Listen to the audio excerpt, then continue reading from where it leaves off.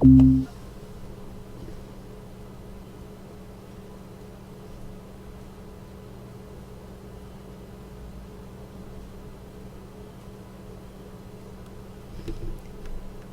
guys.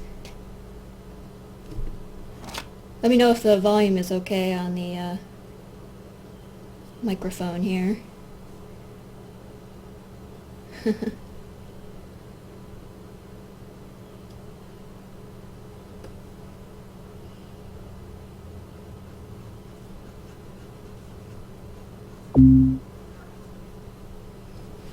Hello. Guess we're getting started a little early here, but that's okay. Okay, good. There is some music playing in the background too, at least in theory. I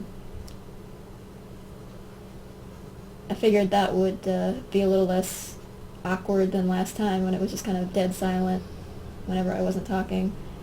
Unfortunately, the license-free music that Twitch offers for this sort of thing is all like EDM stuff that really does not suit the kind of art I work on, so apologies if I can turn it off if it's annoying. Oh, you're not getting music? Maybe if I...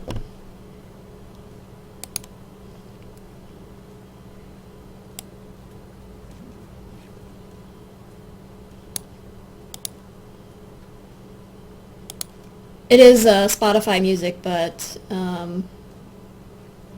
if you use licensed music, they will take the audio out of your live stream if you leave it up on your account. So, okay, I think I just have my audio settings not set up right. Let me check that.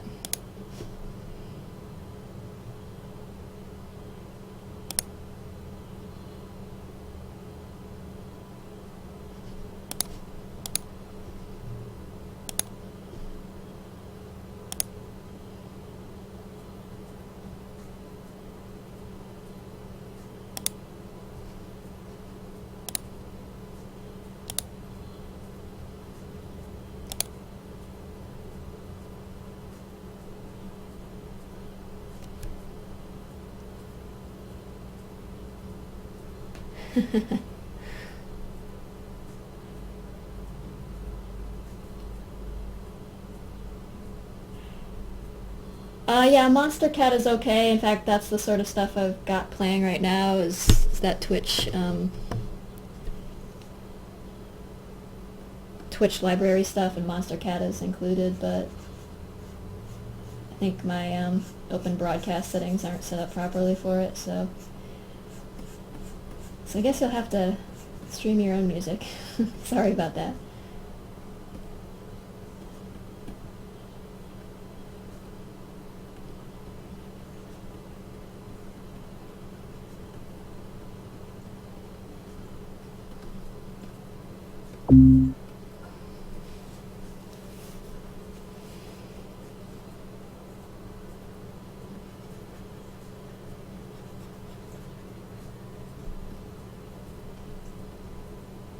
This is just a one of those little mostly pencil illustrations I'll eventually modify to look like a like an old photograph. I needed some more of these for the Volume 2 book for the inside jacket, so I figured I'd do something even a little more old-fashioned than the 20s.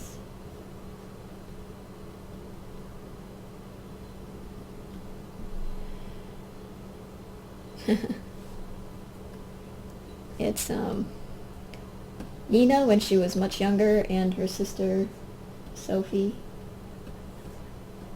back in the early 1900s, around the time the World's Fair came through St. Louis, 1904. So these fancy lingerie dresses were very much in style for garden parties and outdoor events and things. They were extremely frilly things. Yeah, I wanted her to look a little like Rocky, so she's got a little bit of his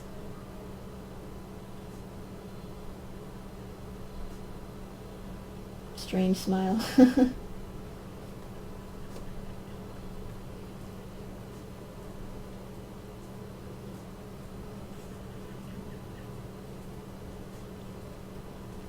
This is, when I'm doing one of these things, I usually gather a bunch of reference images. People sometimes ask questions about that sort of stuff. Just to have some authentic things to look at while I do this to make sure I get it looking right for the era.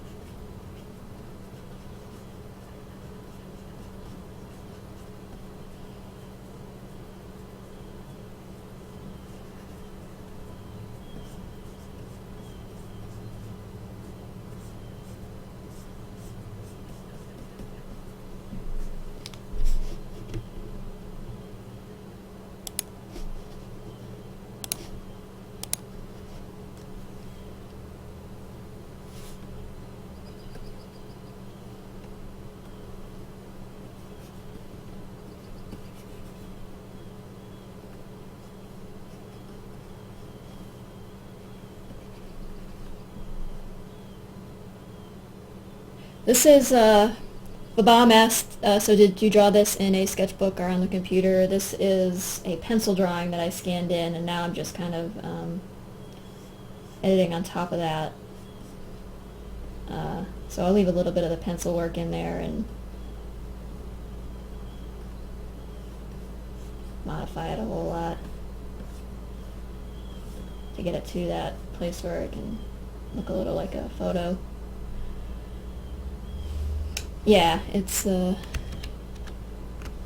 it was really just the drawing of the two characters, and then I took a big, soft, round brush with dark gray and just a real low opacity, and just kind of really roughed in this foggy background here. But that would tend to be what you would get with these old photos. You can kind of see the same sort of thing over here, where they would really just have a, well, they do it today too at a photo studio, kind of a canvas backdrop with a fuzzy looking environment on it.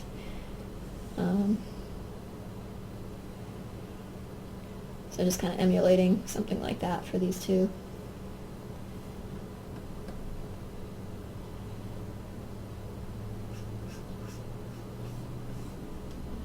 Hello to the new people who are arriving.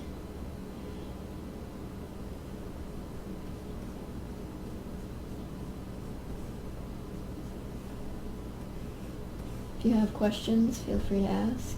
That's what this is all about, so.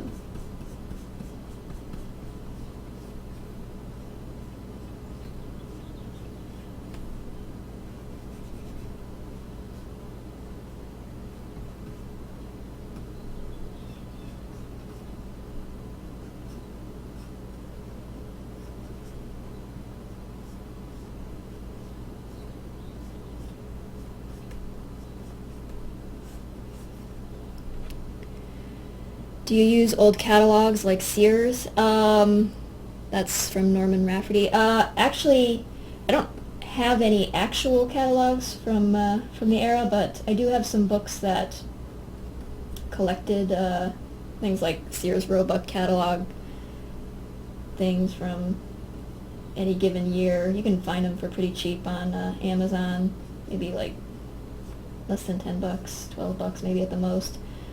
From almost any given decade or year. They just kind of took those things and compiled them into those clothing catalogs and compiled them into books. So those are useful, and actually you can find a lot of it online now too. Things like Pinterest and stuff are really good resource reservoirs.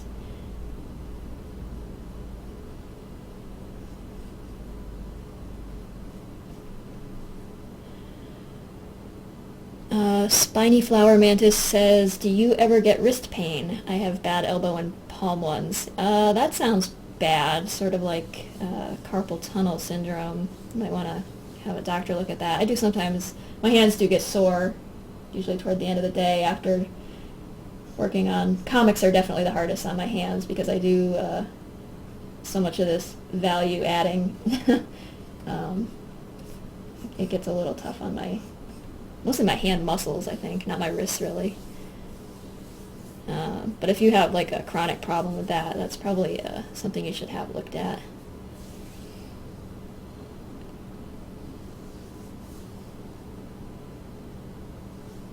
Brock Rocks asks, how you doing lately, by the way? I'm pretty good. I'm really thrilled about how the Patreon turned out. I did not expect a turnout like that, and just far exceeded my expectations. It really, I have a hard time talking about it without getting a little emotional because it just blew me away. So, very happy about that, but also a little bit nervous. I don't want to disappoint anyone, so, it's a lot of people you want to keep happy and entertained. But now that it's my full-time job, I feel like I have a much better chance of being able to do that, so.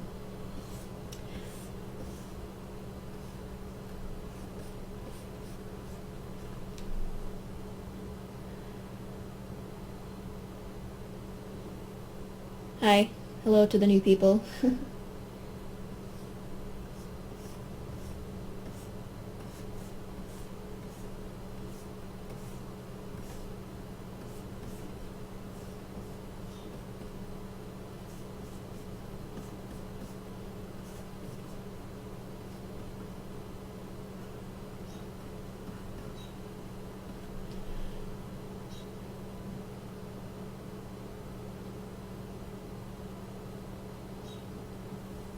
Hi, Crazy Piano Man. Thank you. I'm glad you like it.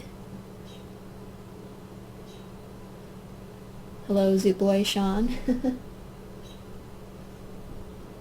Glad to have you guys here.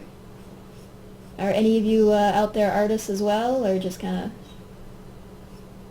curious to see what the digital art process looks like? What's the story here? I am just doing a little bit of illustration work for, this will be one of the quote-unquote photos that appear in the book jacket for Volume 2. I don't know if any of you have Volume 1 or have seen it, but it's got that collage of things that look like photographs of the characters at different points in their lives. So I figured I'd do some new ones for Volume 2. Get some different characters in there. Imply a little bit about their backstory, just with the photo spread. So obviously it doesn't look like a photo right now, but I'll eventually add some papery texture and things like that to it to give it that effect. That's just a, this is actually just a scanned piece of paper with the contrast turned way up. It's just copy paper really, but it's got little pulpy bits in it that you can see if you scan it and then turn the contrast up. Then you can kind of make a texture out of it. Oh, that's the original pencil drawing there, if you want to see what the scan originally looked like.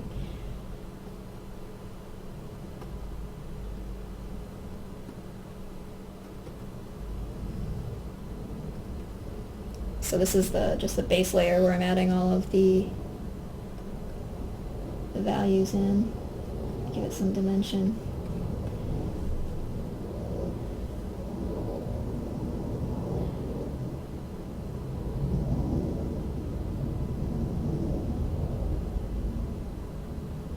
Psycho Giggles 22 says, I'm actually going to school for animation right now. I would love to do a comic someday, or at least be able to draw, color, research, create half as well as you do. Well, thank you.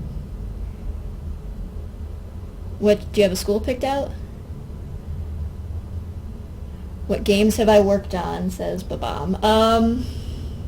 Quite a few. Some of them never saw release, but that is the way things go in the game industry. The most recent one is called Lara Croft Relic Run. Just before I left the game industry, that's what I was working on as an animator.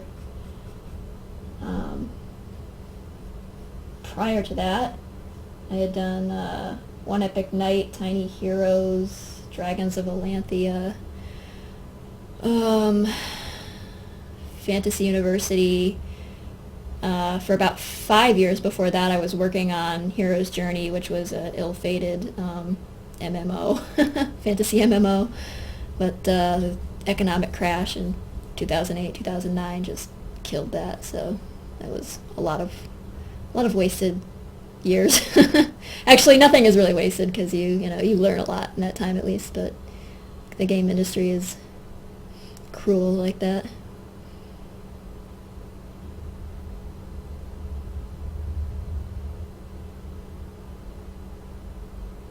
Okay, the Art Institute. Which one?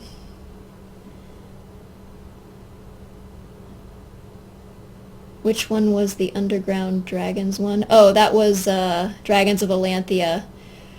We didn't want to call it that. It's a terrible name for a game, but every single name you could possibly imagine with the word dragons in it had already been trademarked, or someone had the website URL for it already. It was crazy trying to find a name for that game. Now I did a lot of dragon designs and dragon models and animation on that. It was very fun to work on, but it's really difficult to... The company I worked for was kind of an independent one, and they funding their own projects much of the time, and if you can't run like a really successful Kickstarter or something, it's really hard to put in the years of work it takes to build a game of that kind of elaborate nature. It was kind of a MOBA style game. Baxter Mo says, my 10-year-old son is a burgeoning artiste and is watching with me. I myself would love to write a comic. Maybe he can illustrate it for me. Any words of wisdom for him? I don't know, just kind of go with whatever is in your head. Sometimes it's almost hard to let yourself be as imaginative as you really can be. As we get older, I think we kind of get stuck in our ways and develop these rigid patterns, but if he's only 10, I think he's obviously still very much a child, and won't have any trouble bringing out the child inside that some of us kind of struggle with, to invoke when we work on our art. So I'd say just kind of let him have at it and go crazy with it. In fact, that's kind of reminds me how Axe Cop started with someone writing it and letting their younger brother do the drawings.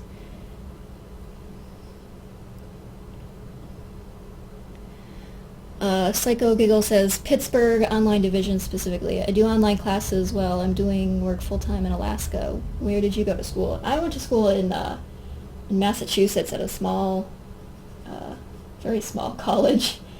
And I went for biology. I did not go to school for art, although I wanted to. And then I kind of got hired right out of there into the game industry because I was still spending all my time outside of school doing art and building websites and doing some minor little freelance gigs and things. I knew I wanted to do art, but my family was not convinced that was a real job, so...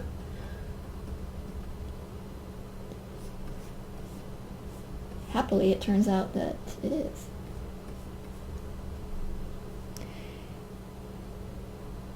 Yeah, Western Massachusetts, the part no one ever remembers. Everybody thinks like Boston and Cape Cod. I was more out toward the Berkshires.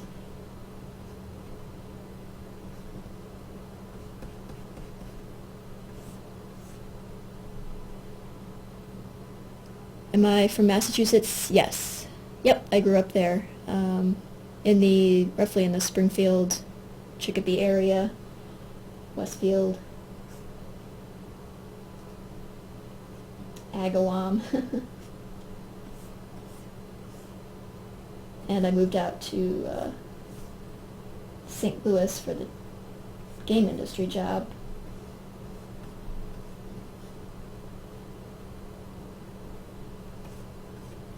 Right at the turn of the century.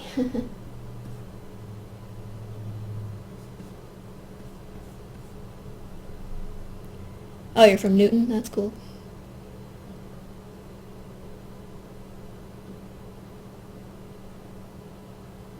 From Norman Rafferty, not a real job. Your designs for Ironclaw are still among my favorites. Well, thank you. That was actually one of my very first freelance jobs. I was very much a teenager doing those, but it taught me a lot. And of course, I was thrilled just to have those jobs. When you kind of get your first paid work, you feel very validated.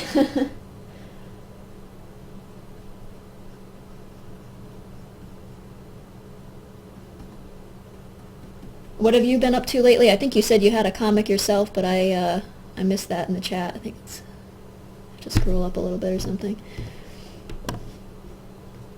Am I going to upload this video to YouTube? I could. Technically, it's supposed to be for patrons only, but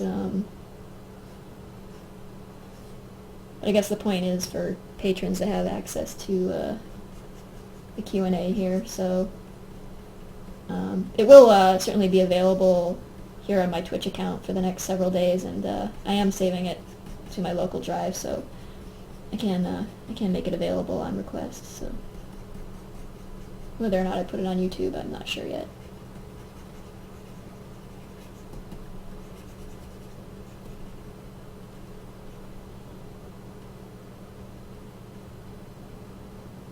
Figure I'll work on this a little bit longer, and then I'll switch over to doing some of the reward drawings for patrons who were at the $20 tier.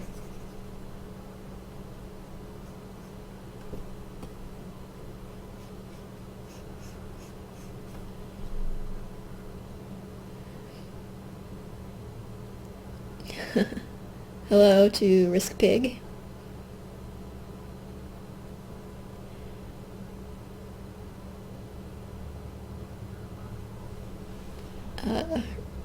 Rayan714 asked, do you have a favorite part of making comics? Do you prefer writing the stories or imagining the characters or drawing the art?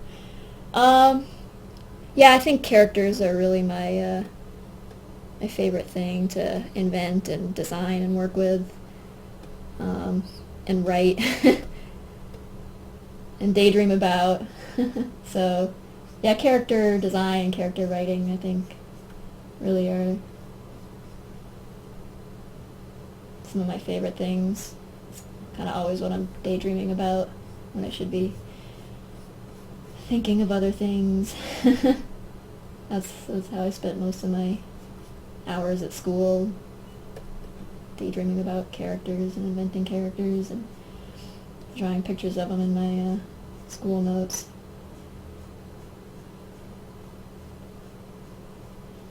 Just putting a pencil to paper is very fun for me too, very relaxing. That's kind of always been how I unwind.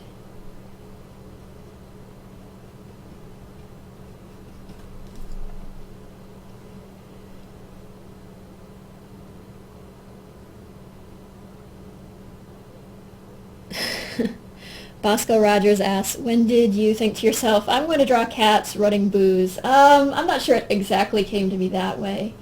I have a hard time trying to explain how this whole thing came about, because it was pretty piecemeal. So I had these cat characters, like I was just saying, I used to draw in school all the time when I was, I don't know, probably 12 or 13. I would draw them all over my notes and all over the brown paper grocery bag covers we had to put on our textbooks and things, and they never really had any context, but Rocky was certainly among them at the time, and Mitzi. They were named after cats I had when I was a little girl, so then all these years later I bought this house in a historic part of town out here in St. Louis area, and that kind of inspired me to finally look into the history of the surrounding area, and I got pretty wrapped up in it and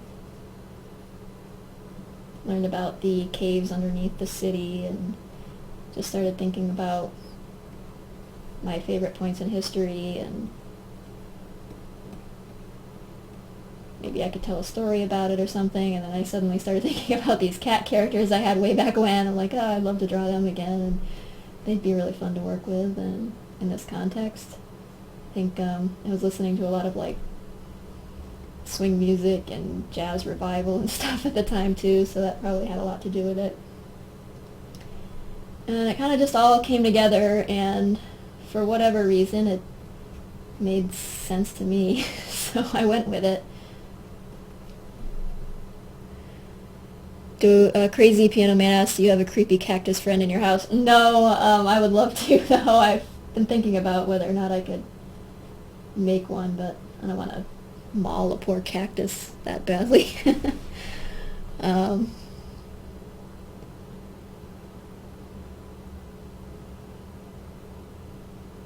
Norman Rafferty asks, do you still have your tutorial on scanning pencils online? Are you doing anything different these days? I think it's on my website somewhere. Under the Ish Kabibble thing, there's some tutorials listed, and I went into a little bit of detail about how I draw panels and pages in a sort of piecemeal way, and then scan them in and relay them out digitally. But that's still generally the process I use. I do a lot more digital editing and adding value and lighting and such than I did when I first started the comic, for better or worse. I really like the look of pencil work, and I kind of end up losing a lot of that when I do more lighting and such on top of what I've drawn, but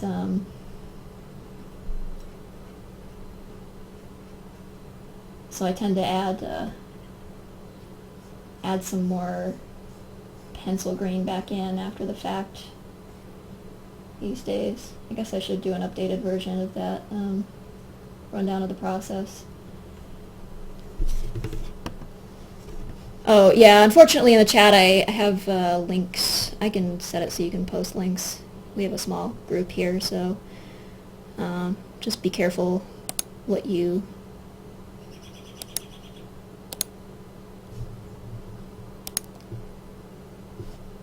Oh, I guess I can't actively change that right now.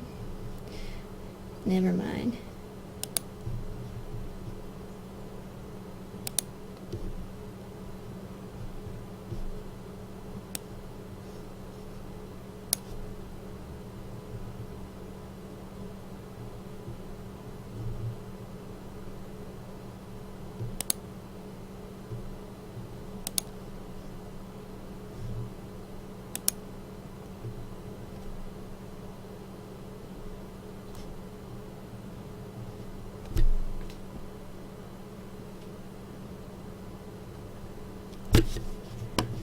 Let me get a link to the thing I was just talking about.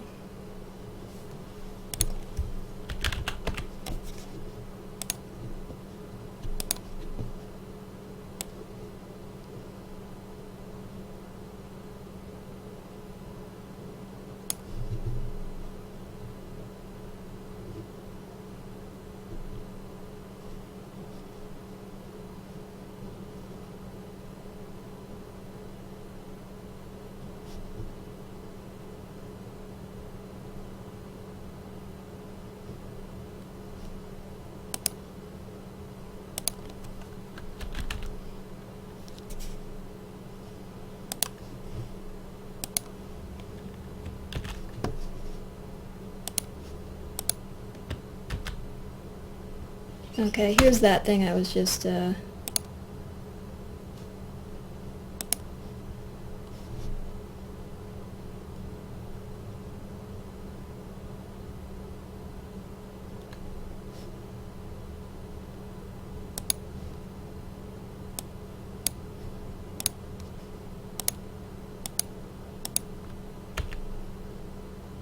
I guess I can't post it.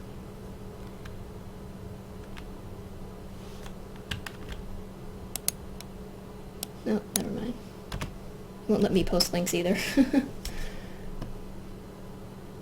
If you go to the Lackadaisy website though and click on Gallery, down near the bottom there's something called Comic Panel Process. That explains what I was trying to say a little while ago.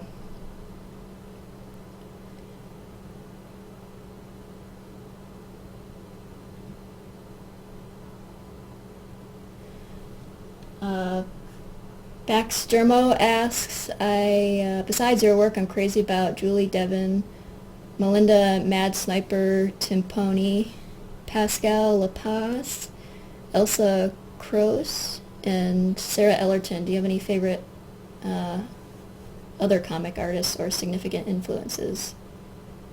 Oh, the sound quality's good. I'm glad to hear that. As far as artist influences, yeah, almost too many to name, really. Sarah Ellerton is really excellent. She's been printing some of her Phoenix Requiem books with my publisher too, actually. Yeah, artist-wise, I mean, I go looking around all the time for new and different artists. Lately, I have been pretty much in love with Beksinski. I think his first name is very Polish, and I'm not even going to attempt to pronounce it because I'll get it wrong. But he's really fabulous. Well, he passed away, but was a really fabulous kind of surrealist. Photographers like Sally Mann really inspire me. She does these glass plate photos that are just really haunting. They have such a rich quality and a certain like glow to them. I'm not really sure how to describe the effect, but they're really captivating. And it's a little bit of the same effect that I try to capture in these things, where I'm trying to make it look like a old photo, kind of hazy, distant thing that happened, but still very intimate and personal. Alphonse Mucha, everybody likes Mucha. But as far as, Art Nouveau goes, he was quite the master. In terms of other webcomics, so many of them. Cucumber Quest is definitely one of my favorites. The color treatment in that is just brilliant. And Unsounded is really amazing. The writing in that is just, I don't think you could ask for better. It's pretty dark, but really great comic. Yes, Focadat. Patrick, thank you for posting that link. That's the one I was trying to post.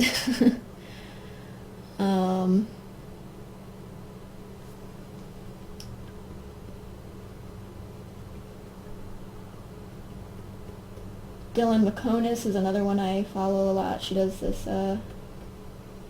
she's into the historical fiction stuff too. And in fact, I read her vampire comic called Bite Me all these years back.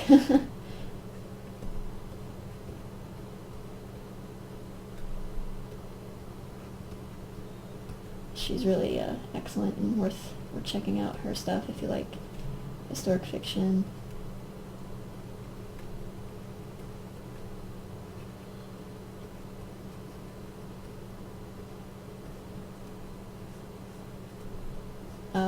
Dreamkeepers is a comic I really can't recommend enough. Dave and Liz Lilly are doing something similar. They're self-employed and have managed to make it on their own as independent comic artists, and they turn out some really amazing material. Got several volumes of a of their comic in print and available as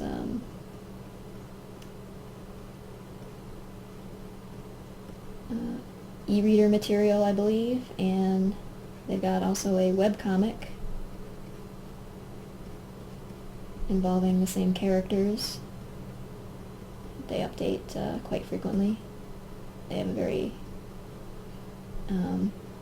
animator-friendly style, I would say. I think they both have an animation background, so it's very, very fluid, dynamic-looking characters. Really appealing artwork.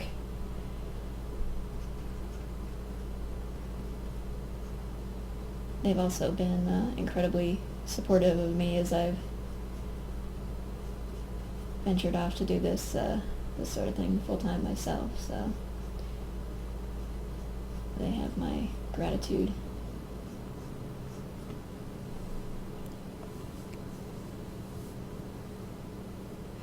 Foxy Beard, you didn't miss much. We got started a little early here. I was kind of doing a sound check, but there were some people already waiting to join in, so we just got started. But I'm just working on a small little illustration that will eventually be a old-timey looking photo, and just answering some questions. Feel free to ask anything you like.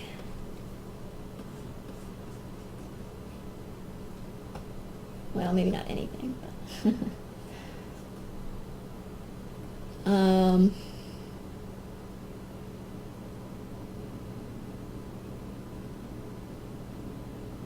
I'm not sure I can pronounce your username. Svipan von Karma. I know you're quitting freelance work, but will you be doing commissions? My fiance and I would love to have you make Lackadaisy wedding invitations. Oh, well, congratulations on your upcoming wedding. At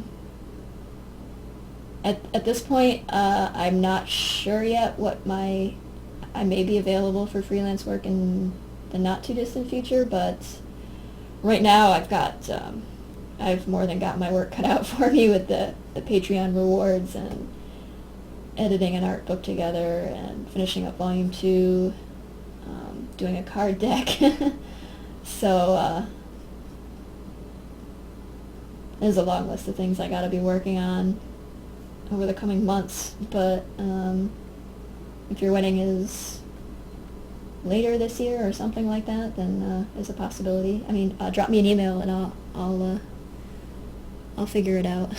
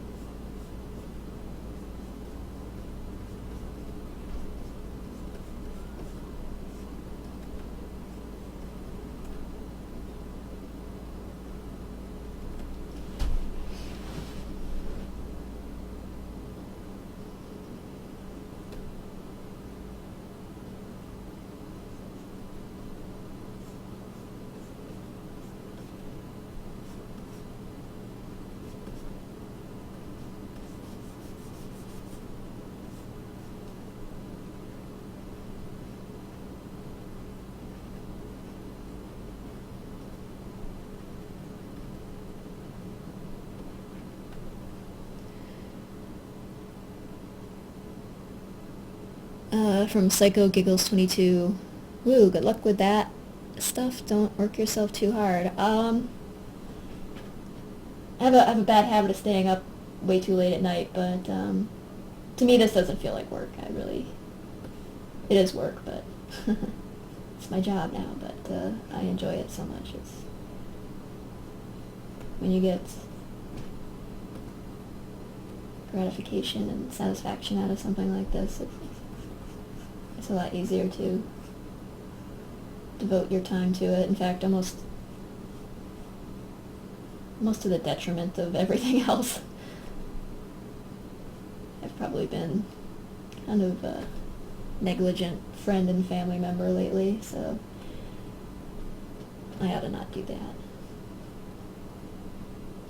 It's easy to get wrapped up in your craft. Foxy Beard asks, what version of Photoshop is this? It's CS5. Honestly, it's not my favorite. But I can't run anything earlier than this on Windows 8. I tried CS3, but it was a no-go. I do use CS3 with my Windows 7 machine, though, and much prefer it. There's just a couple little quirks with CS5 that drive me nuts. Largely, it's the minimizing into your desktop toolbar instead of into the Photoshop workspace, which, if you, like me, paste a lot of different scans together to make a comic page, is really hard to work with.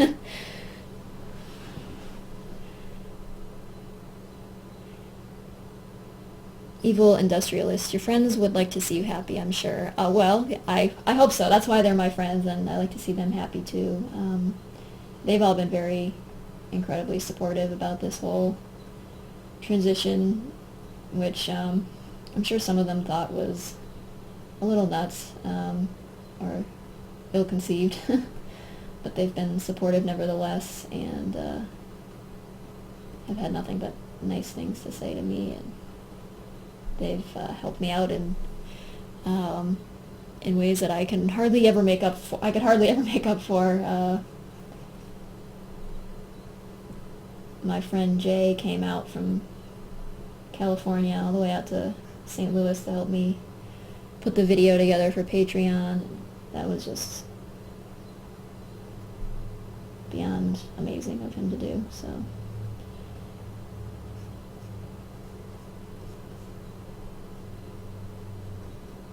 I'm very grateful to have such. I don't have a lot of friends, but I like it that way. I like having a few good friends rather than a lot of loose friendships.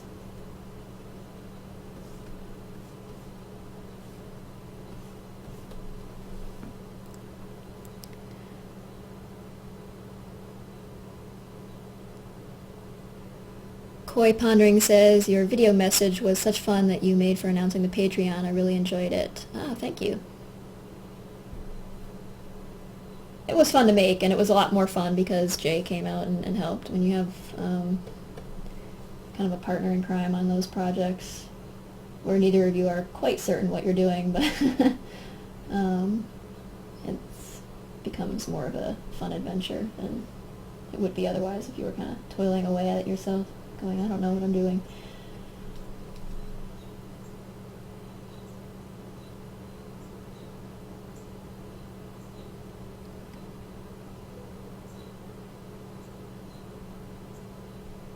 Stasyovar, I've seen Lackadaisy represented at a booth at Comic-Con International here in Southern California. Are you yourself ever present at cons on the West Coast?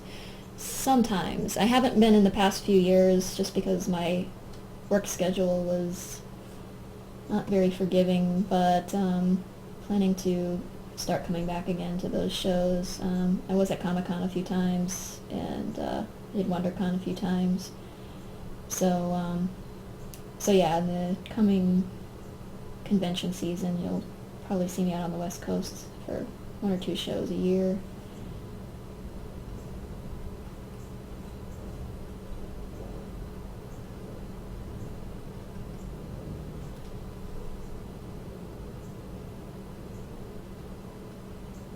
Oh, Evil Industrialist is Mike D. I should have known. Crazy Piano Man. When you are drawing the comic, do you tend to work on one page or strip until it's complete, or do you draw a bunch of different ones all at the same time? I tend to work on them in clusters, kind of like, I wouldn't say they're chapters exactly, but any given scene, I will tend to kind of treat them as one big whole and then break it up into pages. I find it's easier to when I can kind of get my head around the whole scene like that and work on it all in one chunk, I think it's easier for me to work it out. But there have been pages that I did as like standalone singular things, but usually that's not my work style. Like for the latest group of pages, I have about 6 of them that I had going at once, and posted that first one when I launched the Patreon, and I'll post the next page probably maybe tomorrow or Wednesday. But usually they'll be in varying states of completion, like the first one will be all complete, and then the other pages that are in the same giant PSD file will be all in rough pencil still or something. So I'll just move on to the next one after I post the complete one. I did make a small buffer this time though, so I have some complete pages actually sitting around. It's a nice feeling to have a buffer for a change. I don't know how long it'll last, but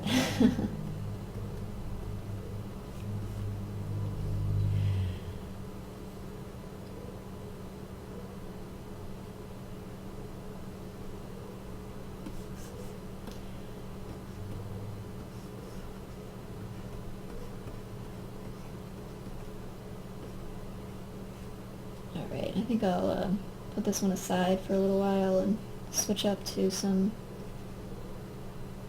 reward drawings. Hopefully that'll be a little more entertaining.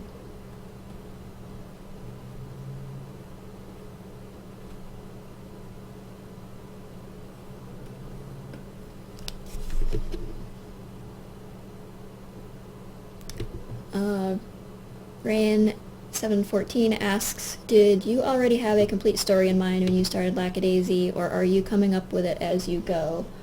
I outlined the whole thing when I first started working on it.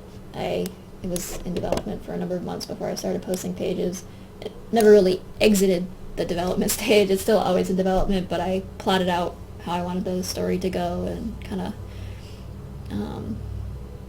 figured out which major plot points were there along the way, and although those have been rearranged somewhat as I go, it's pretty much roughly the same thing I worked out way back in, I guess it was 2006. I don't write like specific dialogue usually until I get pretty close to actually doing the art for any given segment of the story, though. So the things that are right on the horizon, like the rest of Volume 2, is plotted out and fleshed out in detail pretty much, and then save for bits and pieces of the epilogue, and but the further stuff is still in rough outline form. I feel like, I mean, there's advantages and disadvantages to approaching it that way, but I feel like it at least allows me some flexibility and to interject with things that interest me at the time, or to discover new things about the history of places in the area and stuff like that that I can work with as I get closer to doing some art for that bit of story.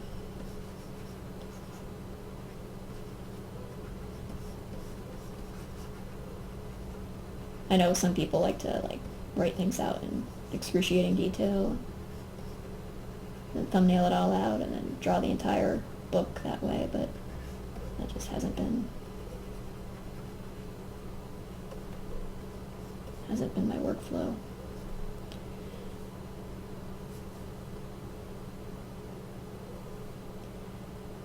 Like only the great writers do. Yeah, I don't know. I think different writers work different ways.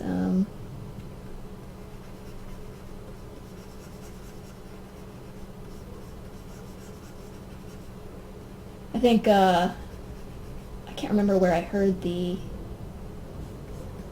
analogy exactly, but it was something along the lines of some authors are architects and they lay out the blueprints in fine detail before they really, do the writing work.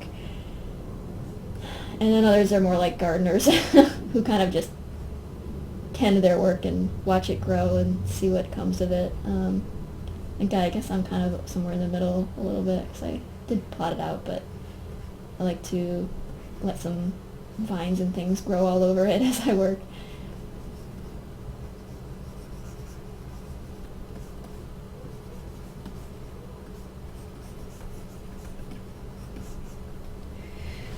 Foxy Beard says this is Zib, and he is correct.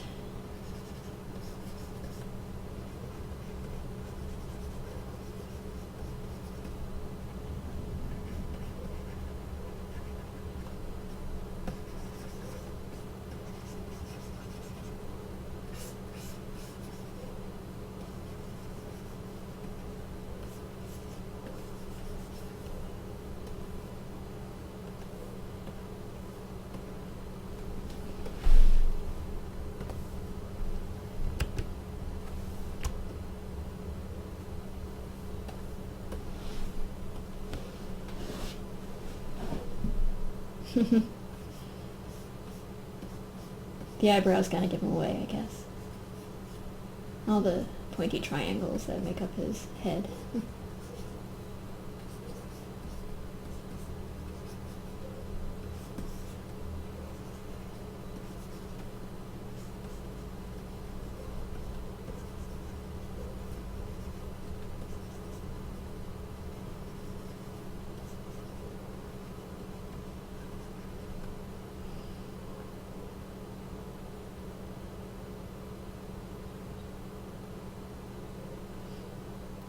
Koi Pondering says, I also wanted to say I really enjoy not only your detailed information on the buildings used for inspiration, the cafe they meet Asa at is among my favorite of all scenes for the building. Oh, thank you. That's the Bevo Mill, which is not currently open for business. It closed a couple years back and then briefly reopened. I think it's open for holiday events and things now, but that's it. It is a really neat looking building though. We took some, Jay and I took some footage of it for the Patreon video, but we ended up cutting that.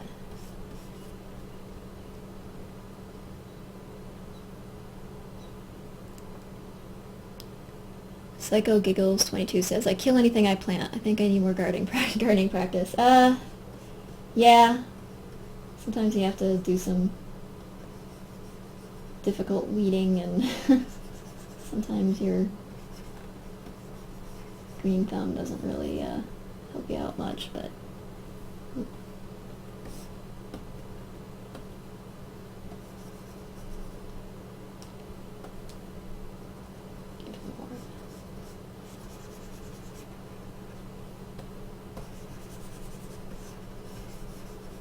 I don't usually do my sketchy drawing like this on a computer. This is the part where I usually prefer pencil, but it's a little harder to capture that with a live stream.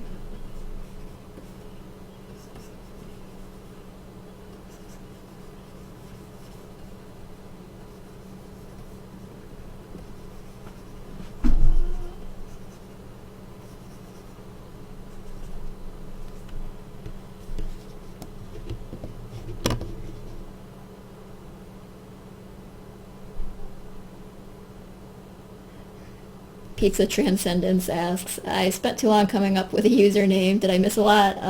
Not a heck of a lot, no. I was working on a small illustration before. Now I'm doing some of the reward drawings for patrons. A few people asked for Zib drawings, so everybody's getting their own unique drawing.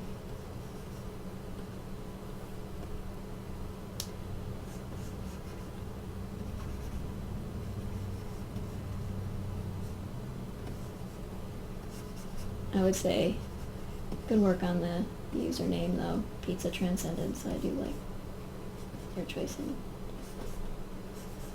monikers. Crazy Piano Man asks, are you using a mouse here, or is this something like a tablet and stylus? It's a Wacom Cintiq. I'm actually drawing like right on the display. I do use a tablet as well, but Cintiq is the closest you can get right now to emulating drawing on paper with a digital setup.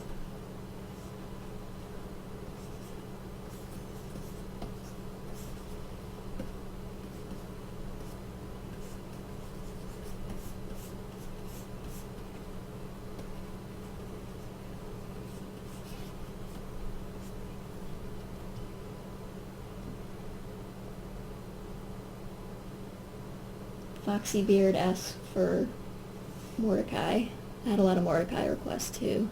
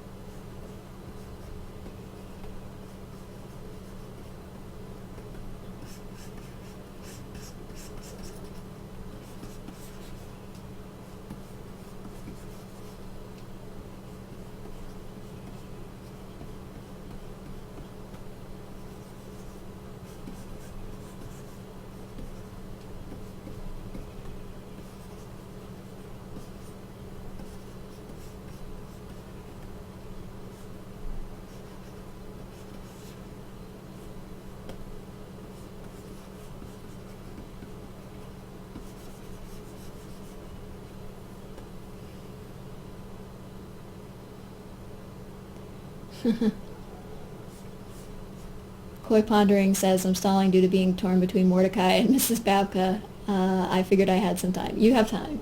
As much time as you want. There's no rush. Just tell me whenever you decide.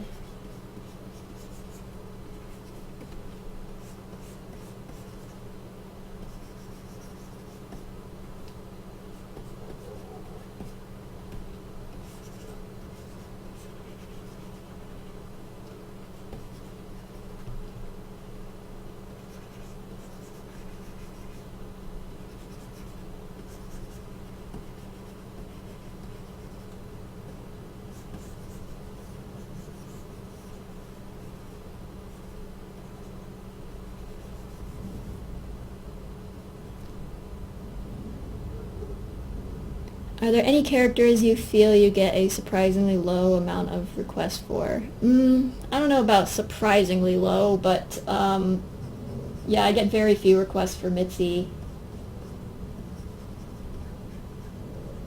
She's certainly not a favorite.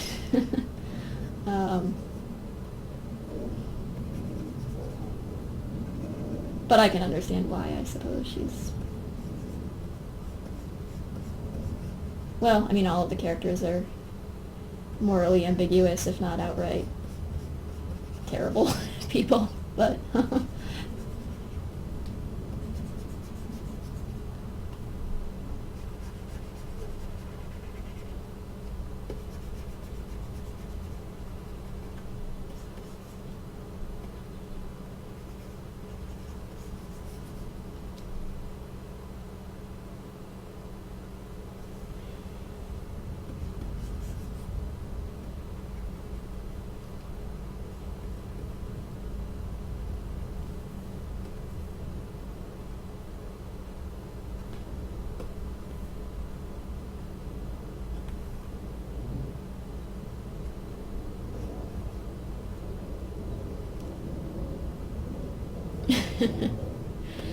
Mordecai is an upright citizen. Yeah, he might appear so on the outside, but certainly not. Yeah, I think the characters who are very, I don't know, gangster in nature, like Victor and Mordecai, get a lot of quests. I think that's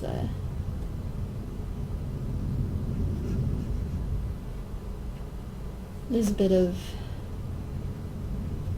glamour to it, I suppose. It's why we have so many gangster films in this culture, I guess.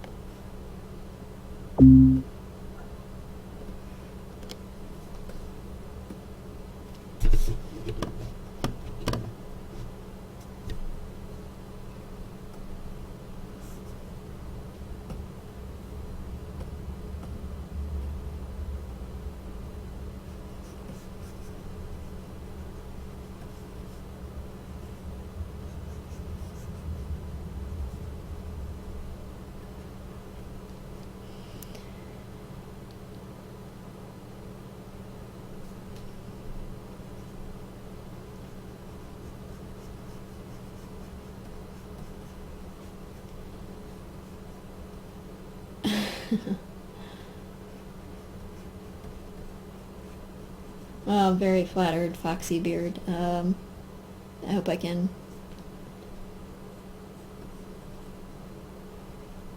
answer your questions to your satisfaction, but take your time. I'll be doing more of these live streams in the future, so...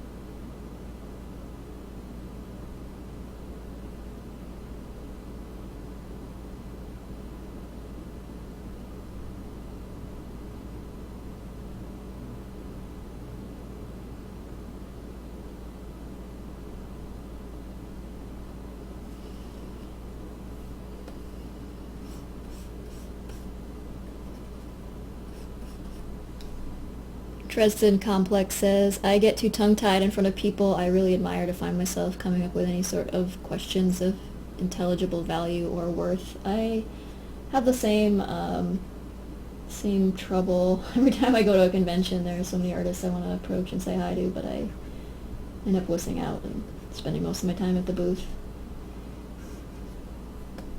waiting for people to come to me, and then nervously shaking their hand. But this is a casual thing, so please don't feel nervous here.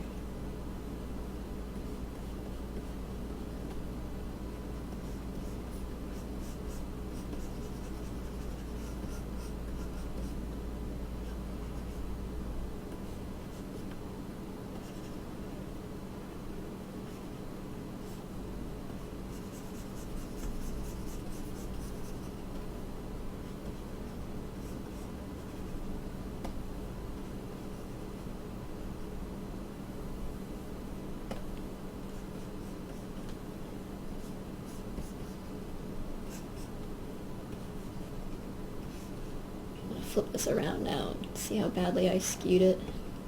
Pretty badly.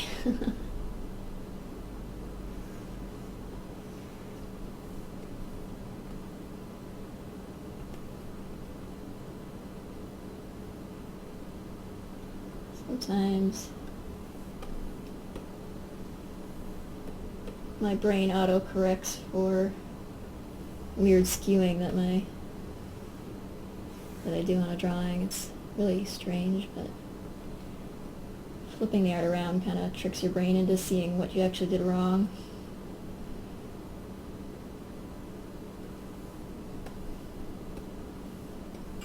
Sometimes.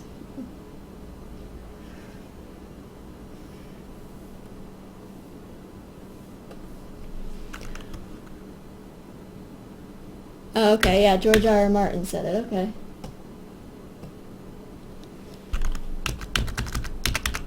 I read it somewhere.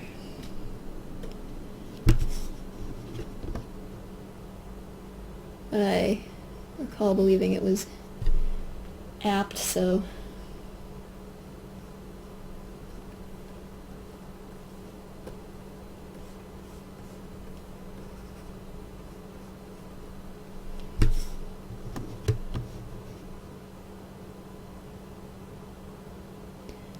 Foxy Beard says, did you ever imagine yourself or your comic becoming this popular? What are the kind of thoughts that run through your mind with that? I don't know. No, I didn't think it would ever be anything but maybe marginally well known, like in certain obscure circles. And to an extent, I would say that's still the case. It's not really like, it's not super famous or anything, but the Patreon certainly surprised me,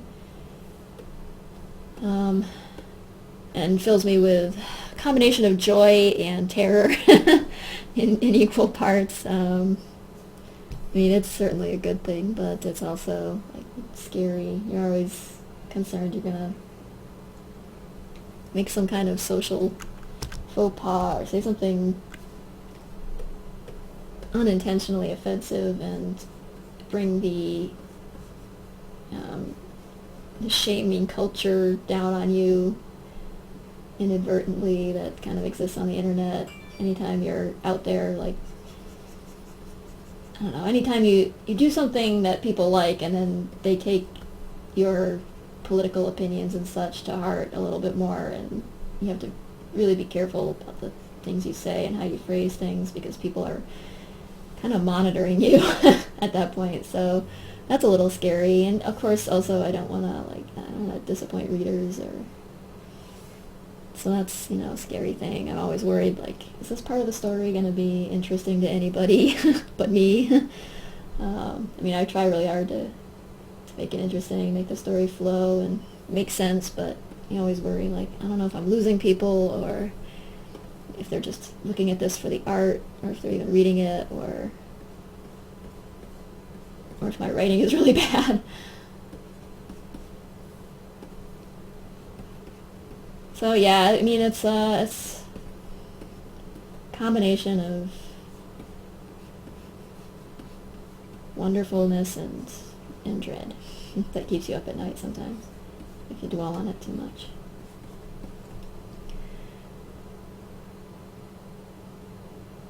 Pizza Transcendence asks, do you flip your drawings like that to see if it's wonky from a different perspective, or what's the best benefit of doing that? The reason I do that is, I guess I didn't explain it very well. With a lot of artists, I'm not sure there's anyone who doesn't do this. Your brain kind of starts to autocorrect for weird things. And it's a pretty well-known technique to flip things either horizontally or upside down to see problems with them. I tend to skew things on a horizontal angle, and if it's facing to the left, I won't see it. But if it's facing to the right, I will tend to pick up on it better. But I have an easier time drawing things facing left because I'm right-handed, so I think probably left-handed people might have the opposite problem. And I know some people skew things along vertical angles, along the vertical axis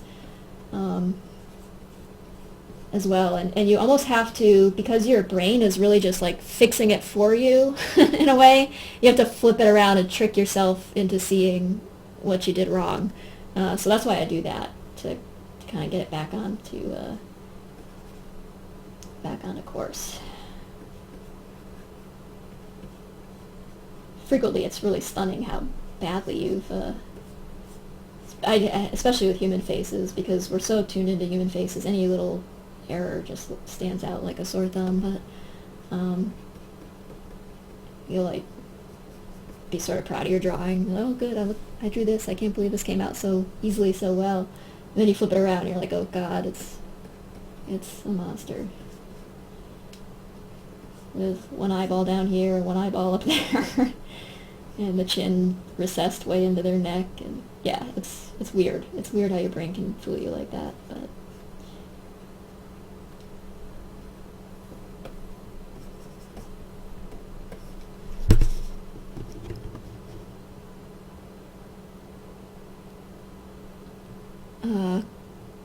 Callias asks, after the second book is published, do you plan to get out to any more conventions? Yes.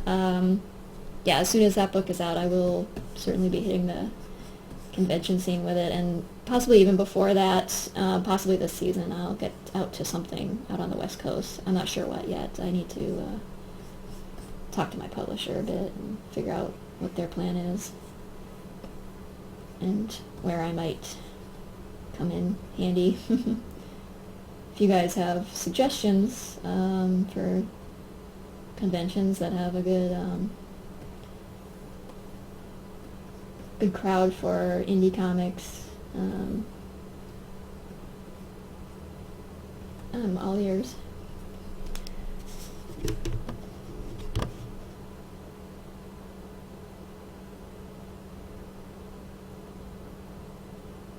Thank you, Foxy Beard. That's very kind.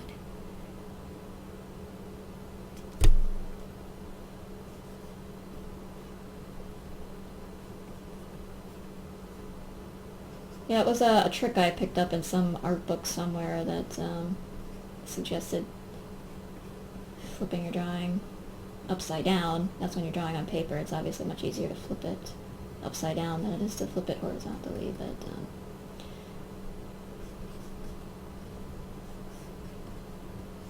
because I skew things on a horizontal plane, usually I just use the transform tools in Photoshop to get it right. And flip it back. It still looks a little off, but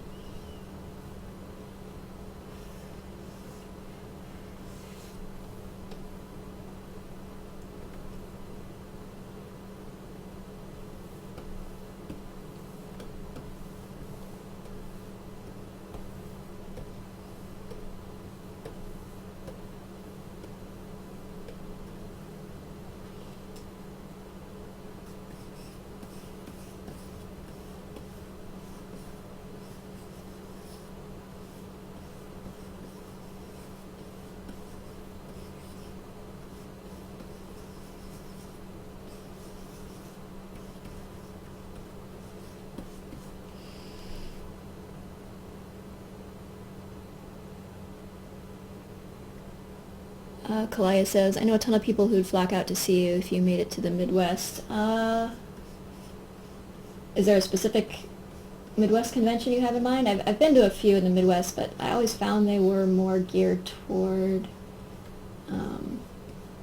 like the mainstream superhero comic fair, and really were not. Had some really bad experiences at Midwest conventions. They were all full of, all the guests were like porn stars and wrestlers and things, and all the guys were there for collecting back issues of the Green Lantern and Spider-Man and Batman and all that, and just they either walked right by me and didn't see me, or came and asked some inappropriate questions, and continually assumed that even though I was like drawing at the table in the booth, that my publisher was the person who made the comic. So I don't know. That was Wizard World conventions, and they were also the organizers. I think they've swapped out organizers at this point, but they pulled some really nasty stuff on us, and I don't really want to give them my business anymore. So California has always seemed friendlier to the like indie comic scene, I think.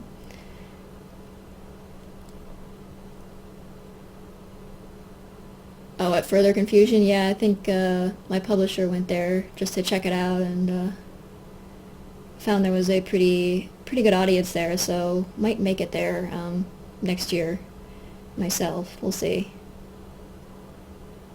Minnesota has an indie comic scene that's gotten a lot bigger. Well, that's good to know. I know Chicago has one that a lot of people get to, and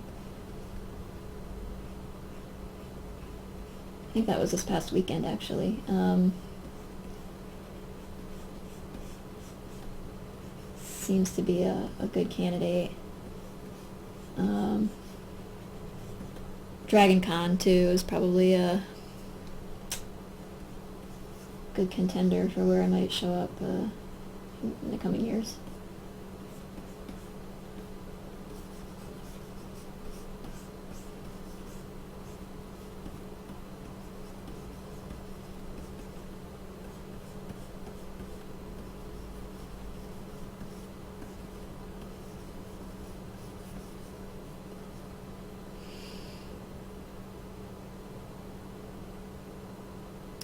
Sylph14 says, I saw a Rocky cosplay at the local comic expo here in Calgary a couple years back. That's really cool.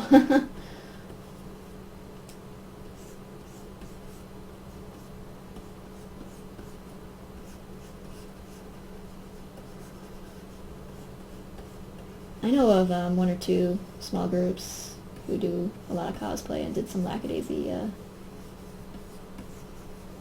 stuff in recent years. They are pretty amazing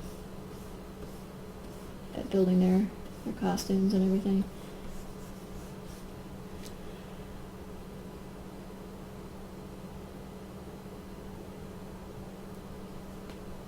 Bosco Rogers says, my friends and I plan to cosplay as the Lackadaisy crew at our next con. That's awesome. I'm totally honored to hear that. Please do share pictures.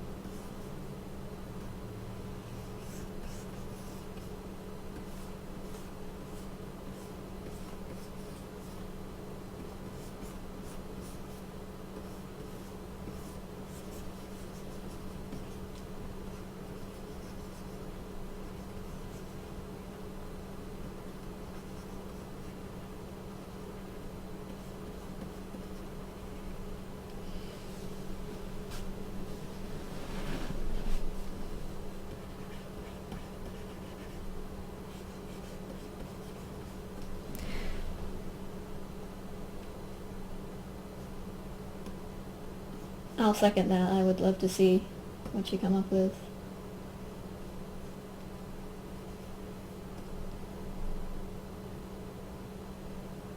Autopic is the Indie Comics event in Minneapolis. Okay, I will jot that name down.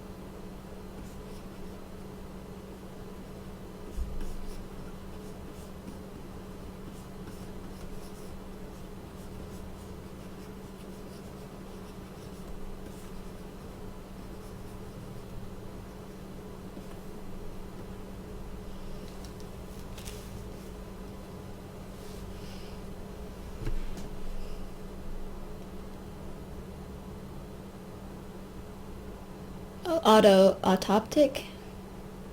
Okay.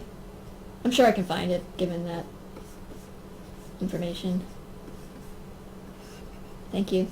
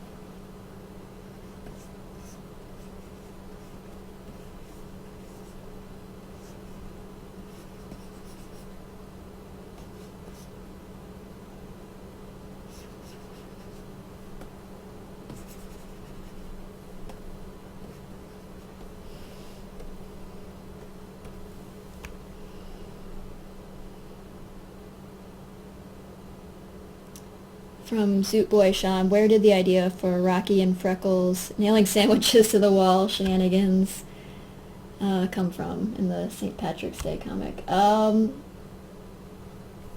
Honestly, mostly it's just stuff that a lot of what Rocky and Freckle do as kids is stuff I get from my cousins. I was very close with them growing up, and they were three brothers who were just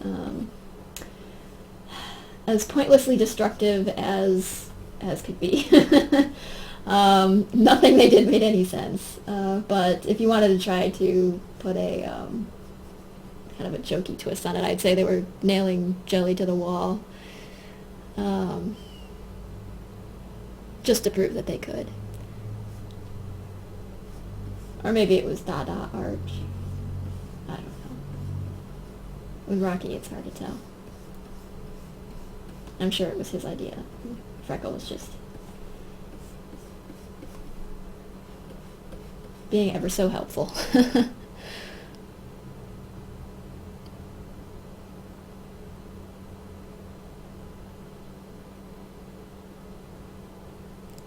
From Pizza Transcendence, Tracy, what is the most challenging thing for you to draw, or something you just don't really like drawing? Anything organic, I pretty much enjoy drawing it. Stuff that requires me to get out a ruler and draw some perspective guidelines and such always trips me up. I've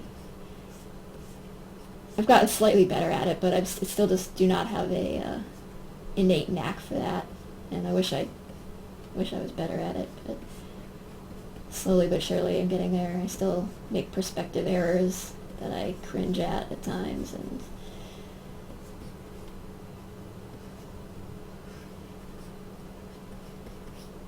drawing, I've gotten better at drawing cars, I think, but like in the comic there's a upcoming scene that takes place inside of a train car, and that's been frustrating. It's all boxy shaped with tight constraints and lots of decoration and things on the walls, and it's really hard to figure out how to lay things out. This does not come naturally to me. I mean, obviously there are rules to drawing in perspective that you can follow, but still, just like sometimes I have to go back and look at references. And sometimes I will build a 3D model using Studio Max just to make sure I'm not, because something won't look right to me, but I can't put my finger on why, and so I have to like build a 3D model real quick, like a rough out a model, and figure out what I'm doing wrong. I feel debilitated in that way. It's like a weird deficiency in my my cognitive functions to not be able to effectively think in perspective. Which I guess is kind of weird, because 3D modeling always felt really easy to me. I really enjoy 3D modeling, but when it comes to like drawing it, I fall down.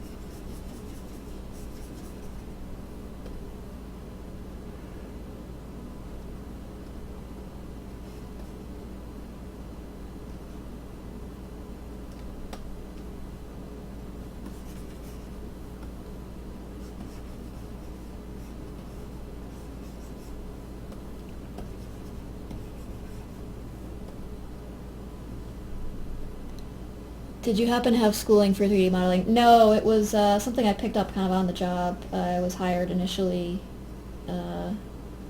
as a 2D artist. My game industry job, I was doing like promotional art and artwork for these text-based games that have been these long-running continuous worlds. And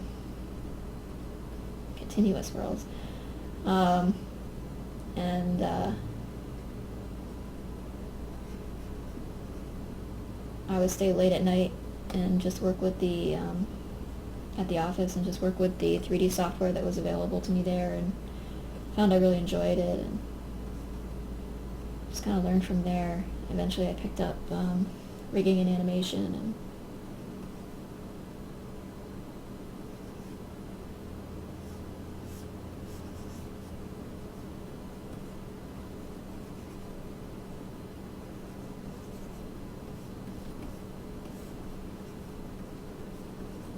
So gradually I learned over the years just to by doing, which is probably the most effective way to learn anything, is to just to do it. That's how I learned to do comics. If you can say I know how to do comics, that's I'm not sure you can really ever say you know how to do something that definitively you can get by. But there's always more to learn. But everything I did learn was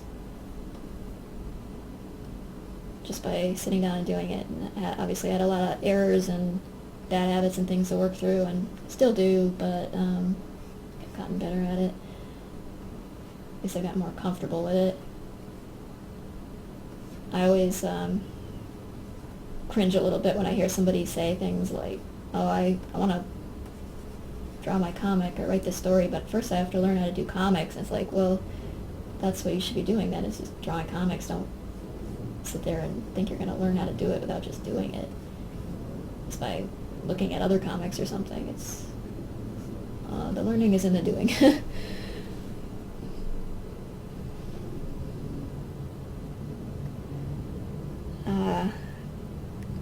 Callias, forgive me if I'm mispronouncing your name, I'm sorry. I adore how much movement is in so many of your drawings of Ivy. She stands out. Thank you. I like drawing her hair swishing around. She's a character she and Rocky both are characters when I think of them, they're kind of always in motion.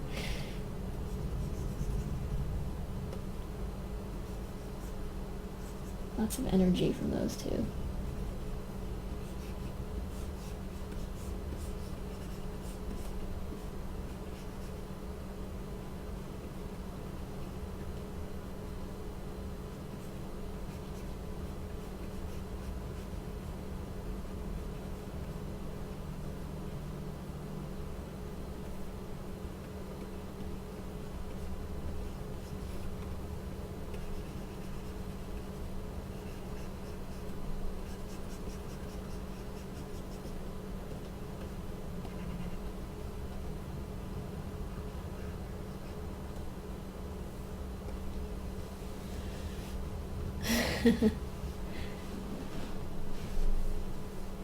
Azu says, Ivy, I love you.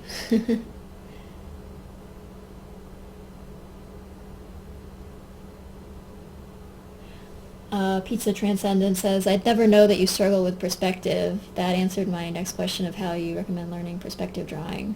You just have to keep doing it. Yeah, you definitely have to keep doing it and practice it, and it doesn't hurt to seek out some online guides. There's lots of tutorials and references online you can find for that sort of thing, and even like Photoshop tools like grids and stuff that you can like lay on top of your art and make sure you're working with correct perspective lines and stuff, because sometimes when you're working in more extreme perspectives, the disappearing points are way off your canvas, and it's just really hard to and unwieldy to work with. So some people seem just really good at eyeballing it too. They're just doing it for so long. Like I don't know if Evil Industrialist is still around, but he's one of the people who just kind of mastered perspective drawing and draws all these amazing mech robots and military machinery and airships and things and I don't think he's using his perspective comes out immaculate every single time, but I don't think he's using any at least it doesn't appear as though he's using like ruler drawn guides or anything like that when he does it. So but it seems like I don't know, whatever you drift towards early on seems to end up being your strong point. And I know a lot of artists who are mostly focused on characters, and they tend to be good at almost anything that's organic in nature, and then other artists who are more into drawing architecture and boxy shaped things, cars and vehicles and stuff, and they tend to just have a knack for that. anything in that category, so I wish I could straddle the line more easily, but I have a ways to go. Dershinghelmer also has wonderful tutorials. Yes, I agree that she does. And you can find those on her DeviantArt page.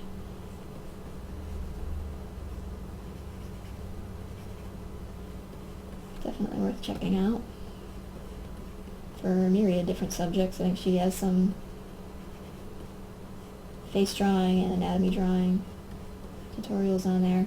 There's also new places like Skillshare and stuff like that where artists do video tutorials, and you can get a paid subscription if you want the videos in high resolution, I believe, but you can also just watch them in low res for free.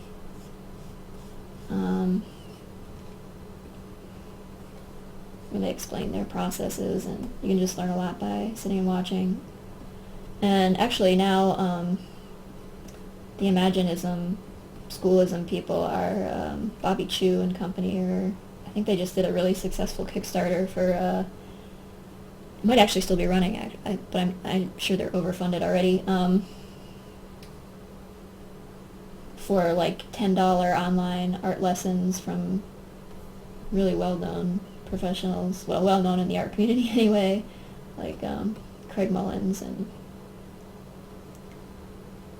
Bobby Chu himself, who's a very well-known concept artist for film and stuff. So another thing worth checking out if you want some online learning. How many hats does Ivy own? She owns all of the hats. I think she has a bit of a chronic hat buying problem.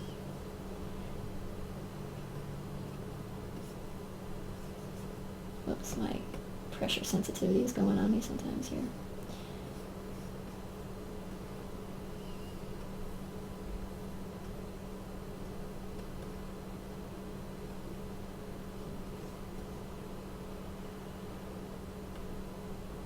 She has a hat for every day of the week.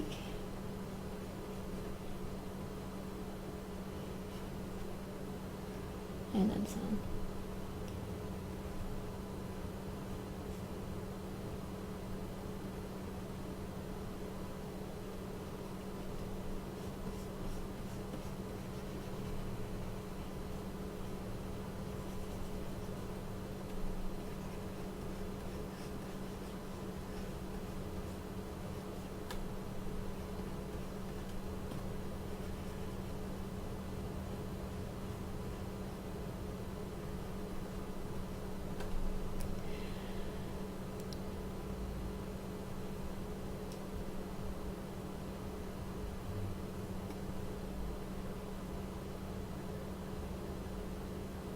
Yeah, she's pretty hardcore about spending all of her money on hats. She'd probably sell her school textbooks in the middle of a semester to buy a hat she really liked.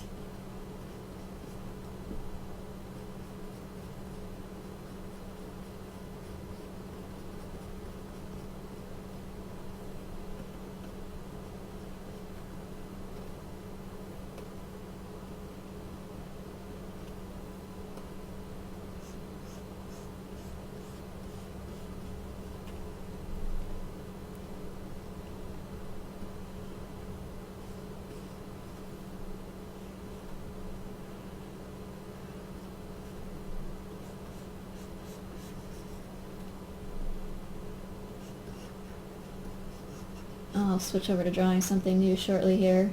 If anyone has any requests, feel free to throw them out there. Any one of the Lackadaisy characters.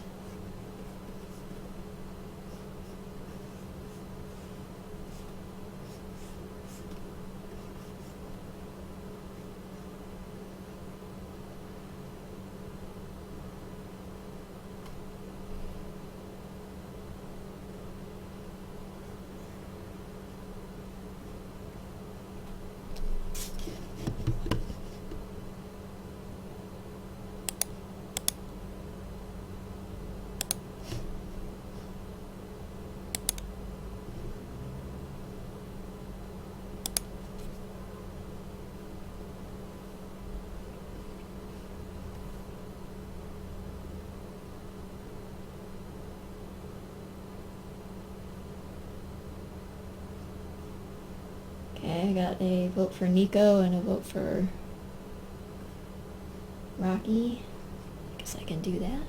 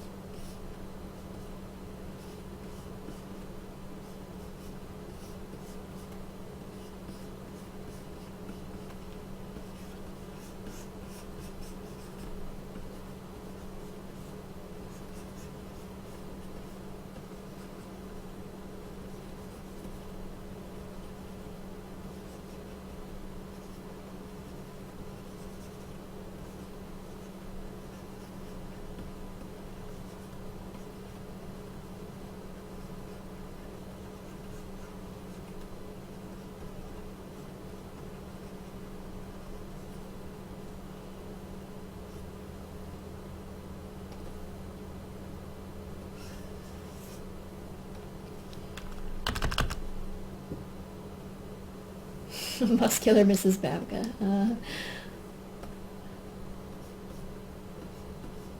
Not sure she has any muscles left.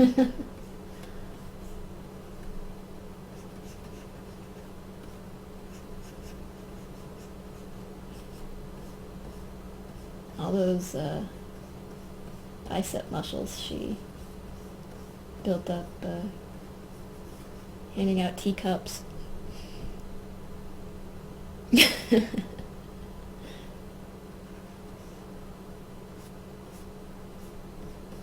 Just put Mrs. Babka's head on Nico's body. And that wouldn't be creepy at all.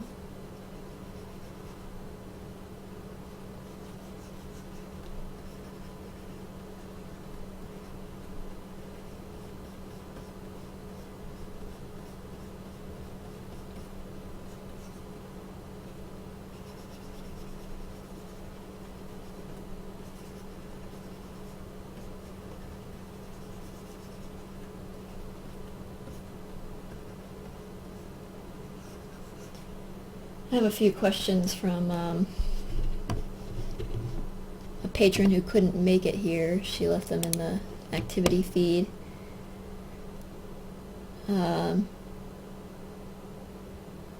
She asks, do you have any favorite artists or artworks you like to look at when you go through an artist block? I kind of already answered that earlier on, talking about Sally Mann and Luca and such. I do like to also, I have I don't know if anyone's heard of them, the Spectrum art books. I've been collecting those since forever, since I was a kid. But they're lovely, lovely collections of sci-fi and fantasy art. All the best artists. I also like artists like Alan Lee and Brian Froud, or it might be Frood, I guess is how it's pronounced, but Froud is how it's spelled. I used to do a lot of watercolor and gouache work when I was in high school, and those were very, very big influences on me. Would Ivy read Lackadaisy? Probably wouldn't be her thing. Webcomics. She would definitely be an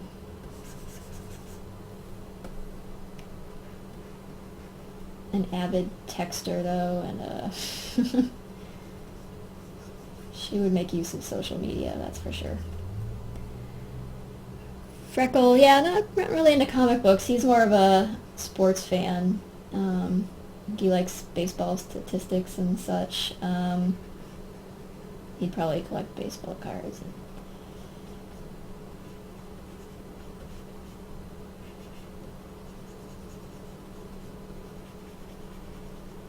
things of that nature.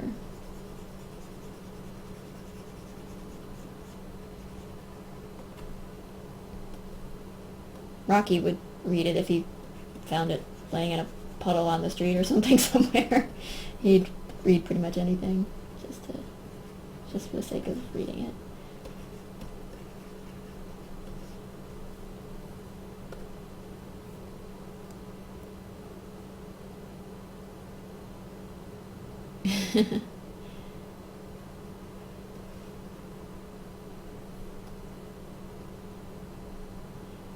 Yeah, Mordecai is, Koi Pondering says Mordecai seems horrified at most society. Yeah, that's pretty astute. He's not a people person, to say the least. I think he's really just very uncomfortable around people, and when he doesn't know how to react, he reacts perplexed or disgusted.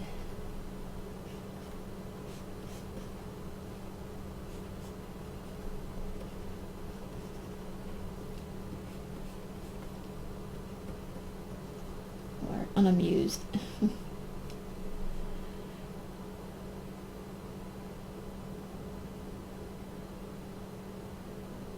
Rocky is depicted reading a bunch on wallpaper too. Yeah. I imagine him reading poetry books and little scientific articles and things like that, and kind of misunderstanding a lot of them for lack of education, but picking up just enough information to be dangerous with it, maybe.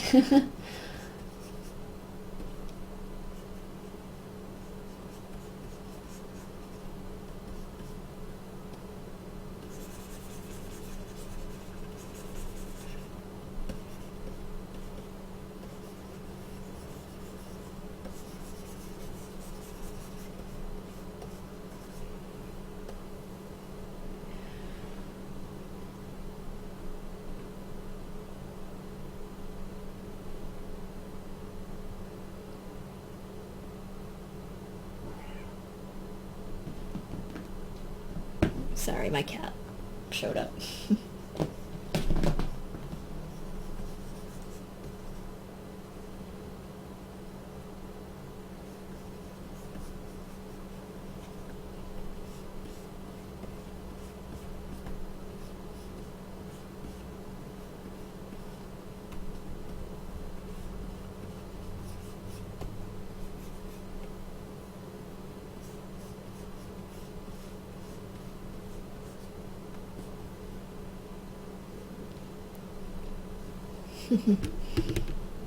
It's Calvin.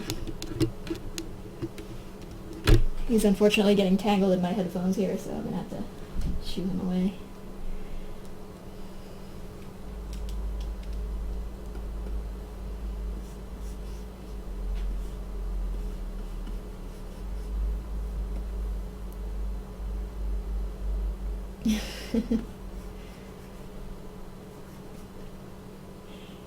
Cats interrupting everything is a recurring theme in life. If you have a cat around.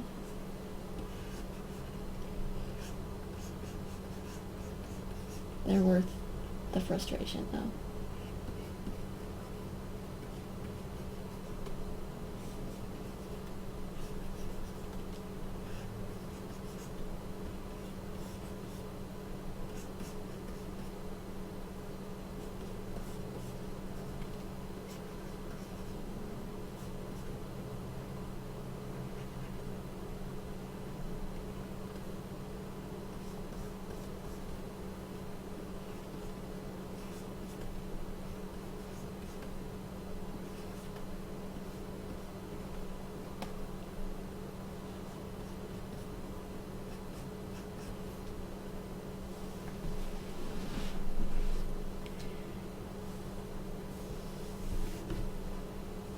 Pascal Rogers asks, do you listen to music when you draw? If so, what kind? Yeah, I do frequently listen to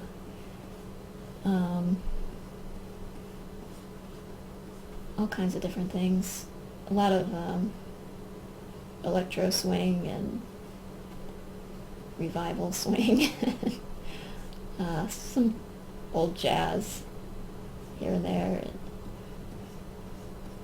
Bands like Caravan Palace and Squirrel Nut Zippers and things like that.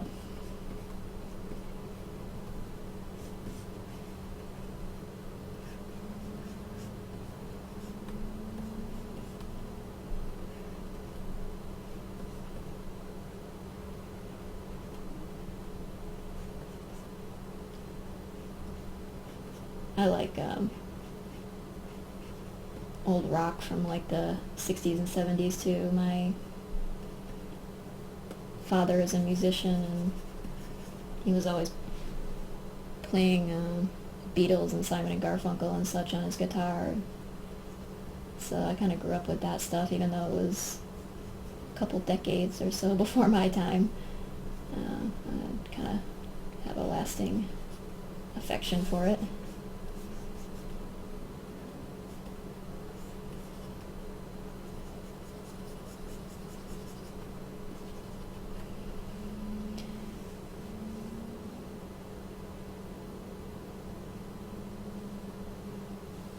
Yeah, Caravan Palace is great. In fact, I've been digging around a bit for bands who are similar to them because I kind of like running out of new material.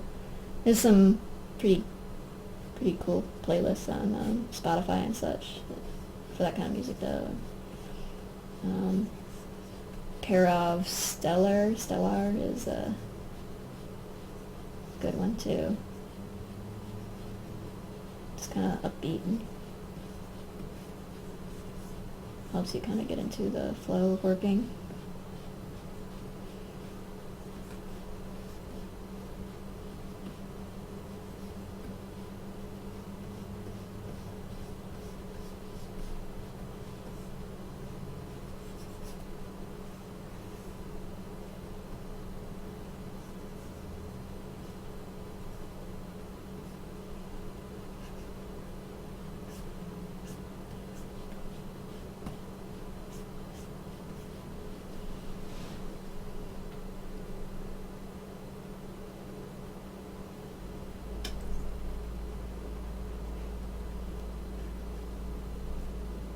Bosco Rogers says, Monster Cat always gets me through long days.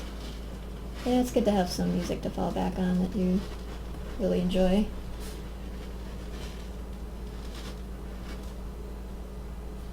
It makes a big difference. I don't know why, but it does. It can really have a major impact on your mood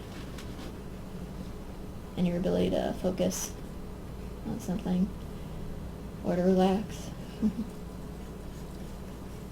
There's a there's a litter box on the other side of the room, so apologies if you can hear my cat fussing around in the litter box. Sometimes they just dig and dig and dig, and I don't really know what they're doing.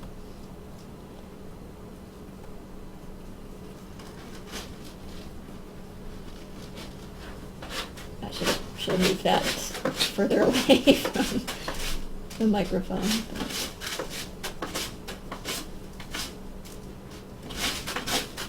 Calvin, stop.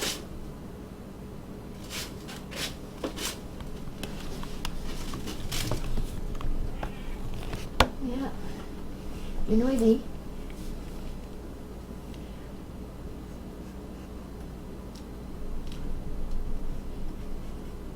Apologies for the ambient noise.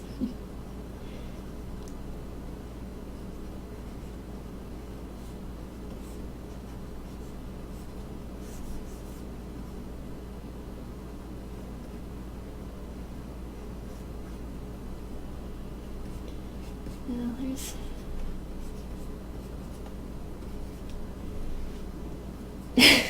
panning for poo. Yeah, that's pretty much what they're doing over there.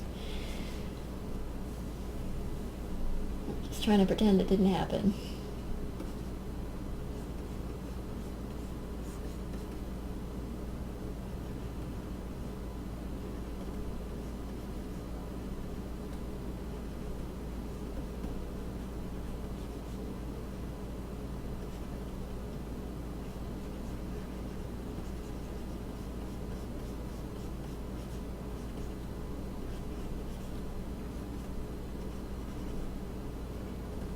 there's Nico looking incredibly smug.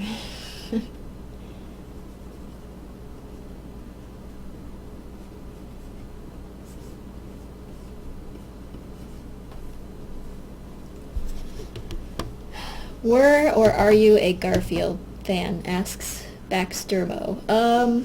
When I was younger, yeah, I was, I would say about 5th or 6th grade, I used to, like, emulate lots of Garfield comics. Kind of like, would see a comic I liked and would draw it myself, just for my own amusement. And then later on I got much more into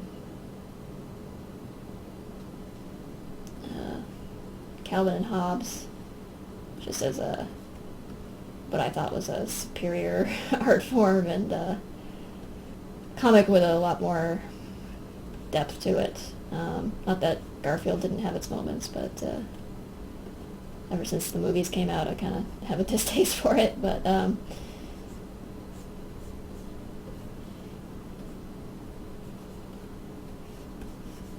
yeah, I'm sure I learned a lot from emulating both that and Calvin and Hobbes and things. A lot of the stuff I grew up on kind of sticks with you for the rest of your life, really.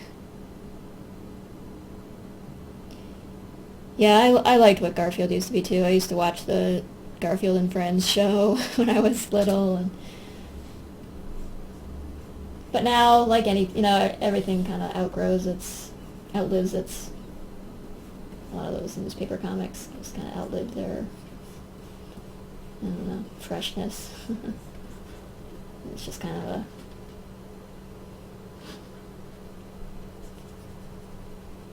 a shell now. I don't think it's even drawn by Jim Davis anymore. I think he has staff artists who do all the work now. Not that I can really blame him for passing the buck, but I don't think I could ever do that with my own work. It's too personal. Yeah, I love Calvin and Hobbes myself. That's really a standout for me as one of the best all-time comic strips, both in terms of art and writing.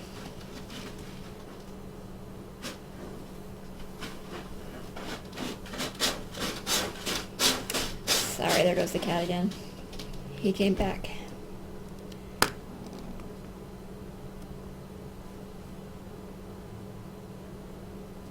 Makes me wonder what Lackadaisy dogs would look like. Yeah, a lot of people ask me that. I guess I'll have to draw a picture of it at some point.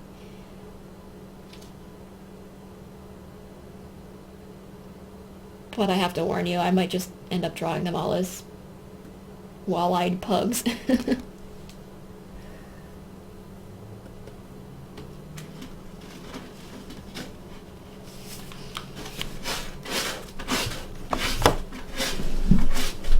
Okay, come on, you're done.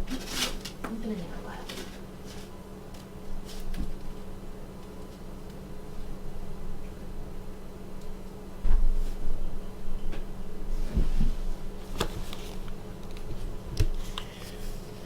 Sorry about all that noise.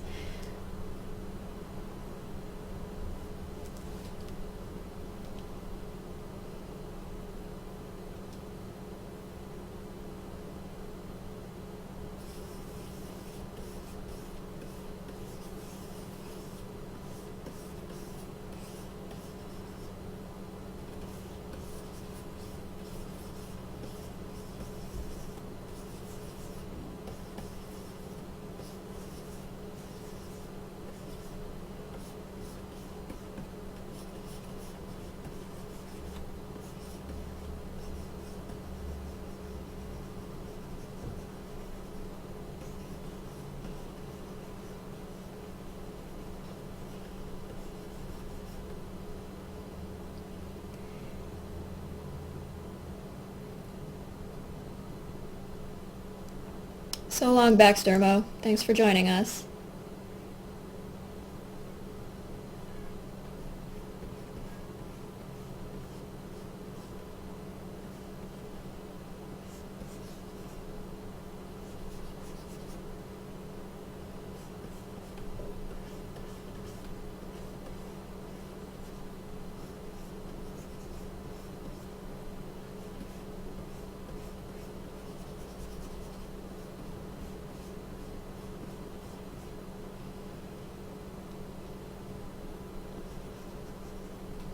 Koi Pondering says, the eyes are so expressive just right out of the gate. Well, thank you. Glad to hear that. I find that generally it only takes a few strokes to really establish the expression you're going for before you even do any real detail work. You can kind of like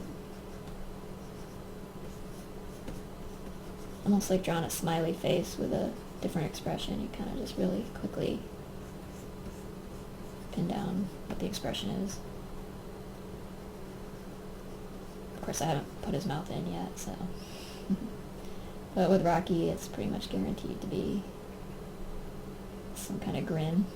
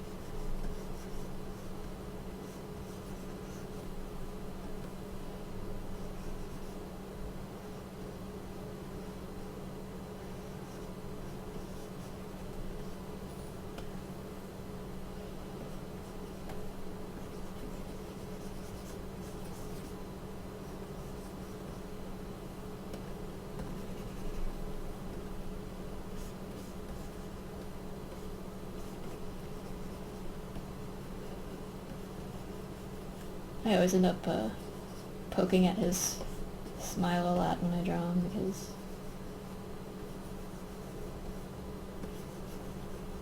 well, there are so many different ways to smile, I guess. Just getting the right one down, whether it's looking like a happy smile or a sinister smile or kind of a pain smirk.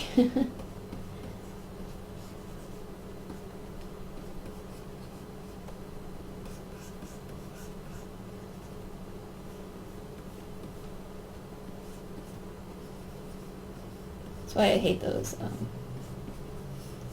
expression chart things where it's just like the most run-of-the-mill, like happy, sad, angry.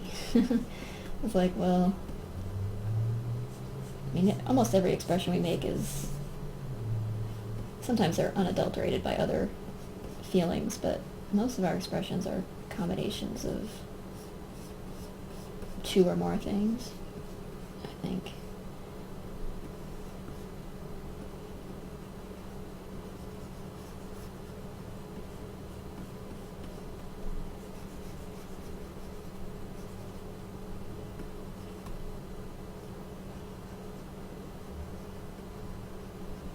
So you should try to broaden the horizons a bit for your characters, see if you can get them to make some of those more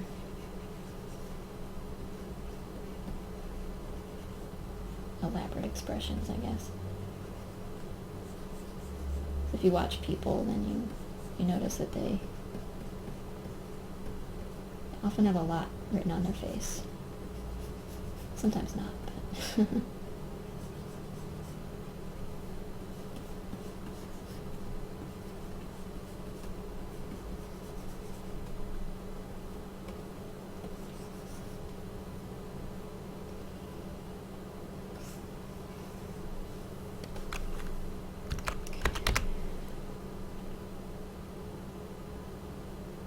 Bosco Rogers asks, when you do sketches like this, do you have a set expression laid out according to the character, or draw as you go? Usually I draw as I go for these types of little sketches. It just kind of works itself out into something, but I kind of figure it out as I go. But when I'm doing the comic and things like that, I have to kind of pre-plan a little bit more, based on what their dialogue is or what the context is, what the character's feeling at any given moment. You have to really worry about what you're trying to communicate with the character's face.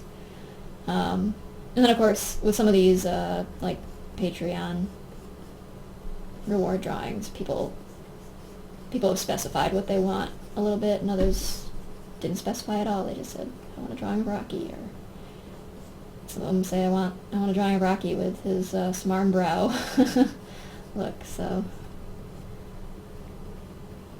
I go with a specific thing if I have been asked to.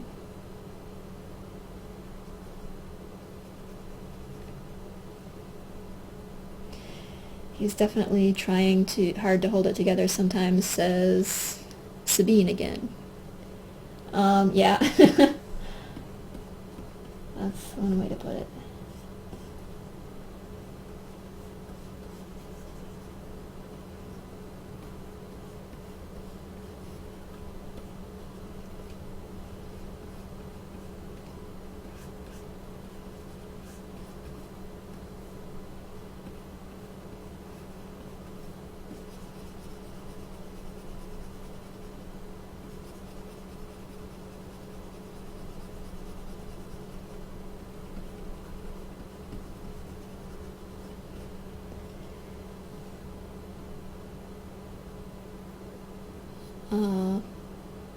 Rayan says, 714 says, do you prefer direction, or do you prefer to be free to just draw whatever expression comes to mind at the moment? I'd say sometimes I just enjoy the challenge of the context and knowing I need a character to convey this or that feeling, and it's not exactly a straightforward emotion that they're feeling. They're kind of, and that's where I tend to do those like series of mini panels where the character is making all kinds of different faces, like in the last comic with Mordecai, where he goes from being, I don't know, superior feeling to, because he's listening to Seraphine's story that sounds totally ridiculous to him, to being nervous and uncomfortable in the span of a couple sentences. So I guess I kind of enjoyed that sort of thing, where I have a context to work with, and then I can kind of figure out how exactly what is this character going to do there, and have fun with letting them act it out the way they would, knowing they would have a different reaction there than any other character would. Just having that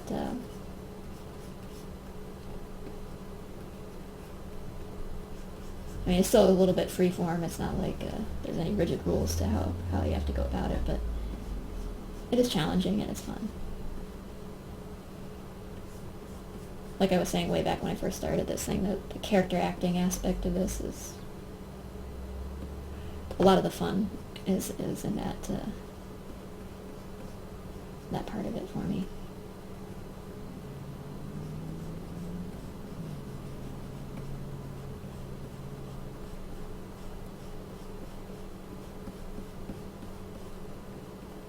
I like character-driven material.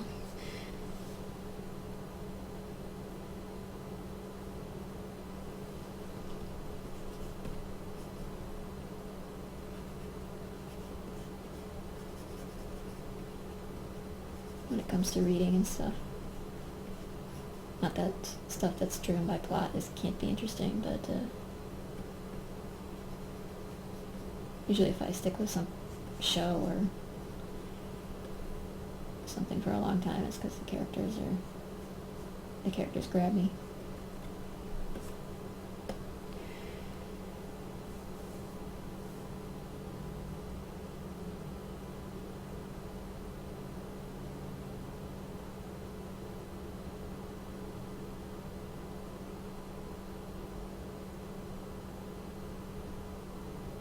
Pizza Transcendence says, you went over it a bit, but Rocky seems to be floating in a bubble or avoiding some deep stuff. I can't remember the way you phrased it on your Tumblr a while ago, but it was much better than I just did. We've already seen Rocky deflate a bit when he was injured. Are we going to see more times where Rocky is forced to pull away from his wackiness and have to cope with some difficult self-realizations? Yeah, I mean, that's a lot of what his character arc is that well, I don't remember how I described it on my Tumblr either, honestly, but he's certainly a bit of a walking train wreck. And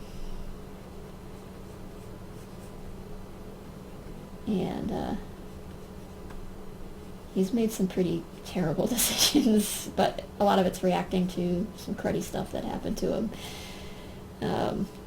in the past.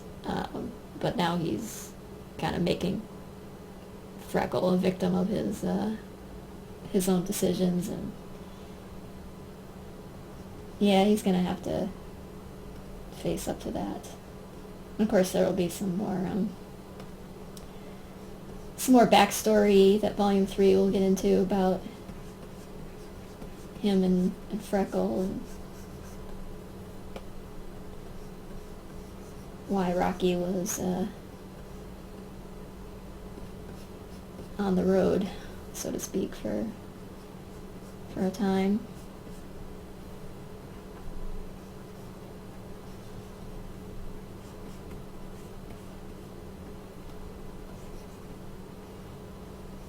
He still is more or less kind of just floating. Can't seem to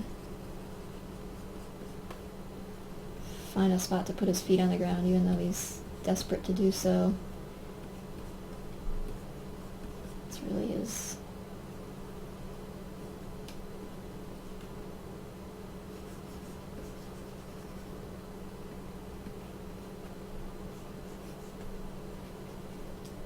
one of his key motivating factors. Of course, he's also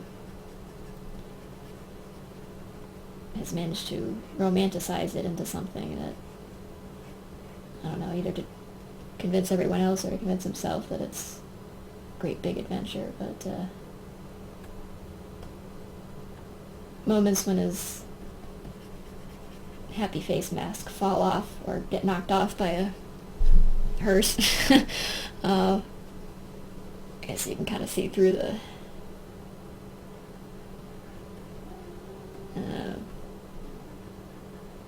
frantic facade.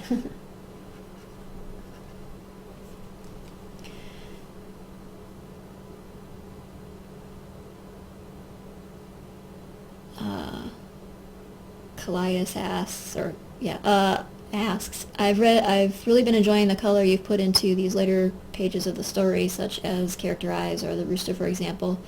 Any special reason you decided to start doing that instead of staying with the all sepia style? Just to kind of branch out a bit. I think, if you work in sepia tone for long enough, you start thinking, how can I make this a little more interesting both for myself to work on and for the viewers to look at? How can I improve the way this appears and things like that? And so I end up trying different things, and I had been using some different colors for like dream sequences and stuff here and there, and kind of was liking the way that felt, so I figured, well, why not do that with flashbacks to some extent too, and maybe I'll throw a splash of color here and there on little standout things in the comic panels, like dollar bills that Mitzi was holding in the middle of Volume 2, and the weird rooster in the room at the little soiree at the Savoy's hotel suite.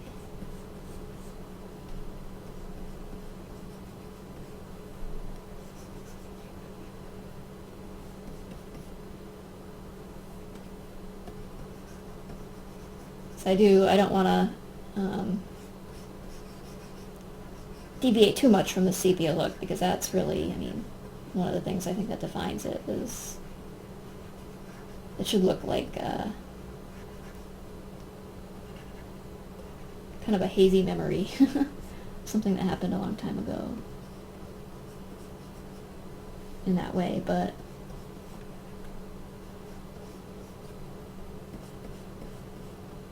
does get a little repetitive.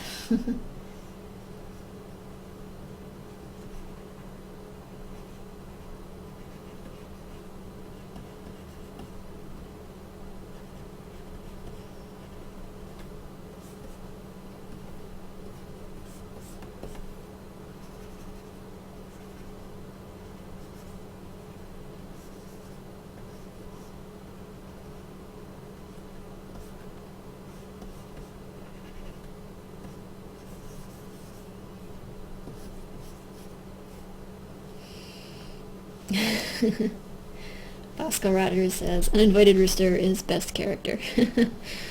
Actually, somebody did request the rooster as their reward drawing, so I guess he qualifies as a character at this point.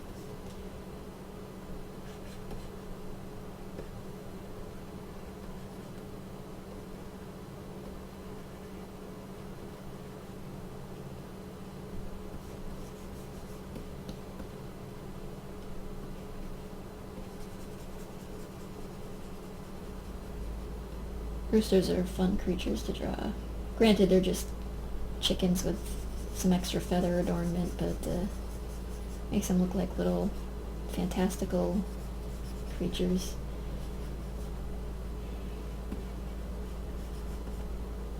In a way. Almost like little two-legged feathered dragons or something.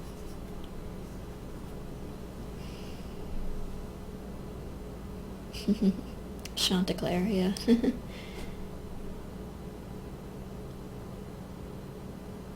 Yeah, there is a chicken in the background on the sophistry wallpaper as well.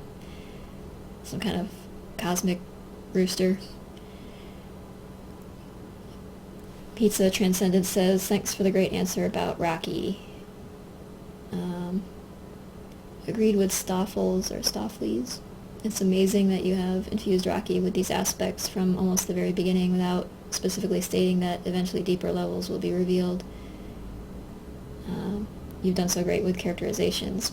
Better than some professional movie, show, comic productions that have whole squads of people working on something. Well, thank you. That's really quite a compliment. I appreciate that.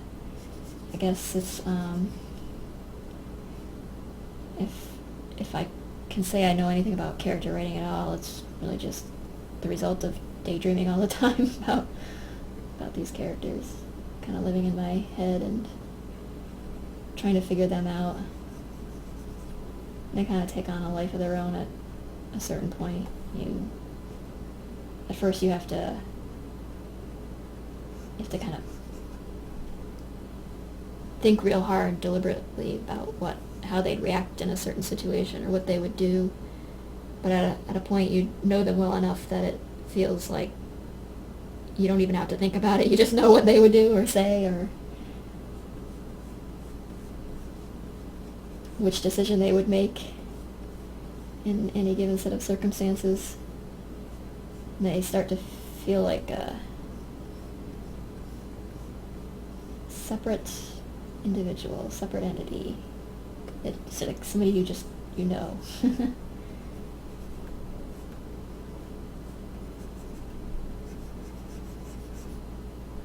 Perhaps you know a little too much about them, I don't know. I'm sure I sound a little weird at the moment, but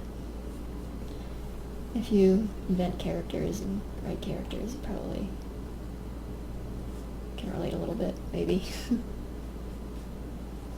Talk about this stuff with people who don't write or have characters of their own or role play or whatever, kind of look at you funny when you start talking about stuff like that.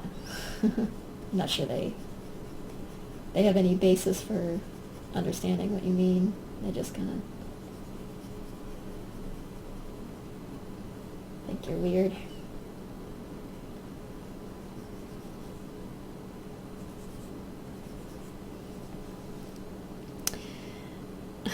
Rocky Rickaby 1995 asks, does the cactus friend haunt your nightmares as he does mine? No.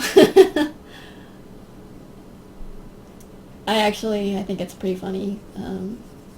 Drawing its face always kind of cracks me up because it's just so stupid looking. I don't know. Creepy looking, but stupid enough that it makes me laugh, I guess. I guess if it was a real cactus with a angry smile like that, it would freak me out a bit, but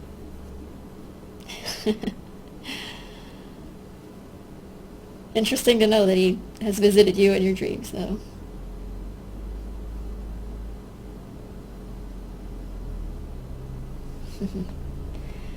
Koi Pondering says, I have a soft spot for Wick's good intentions, even when it's heading him in a direction he doesn't know. Yeah, he's made some bad decisions, but he's one of those characters whose moral compass is pretty well intact. Some of the other ones are, I think, a bit lost.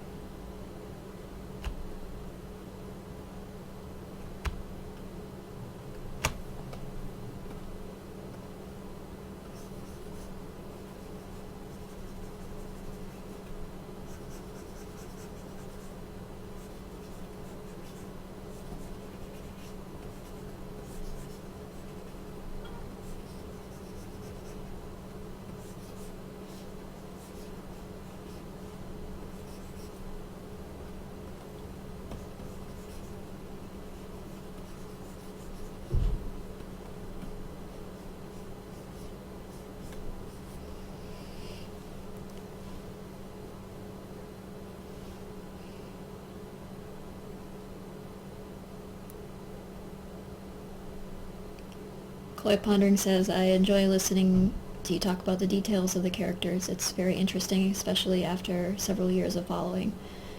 So much of it you have done such a good job of portraying in the comic. They have a great deal of depth. Thanks again. That's good to hear. Reassuring to hear. Sometimes I don't know if I'm communicating what I think I'm communicating. But that's...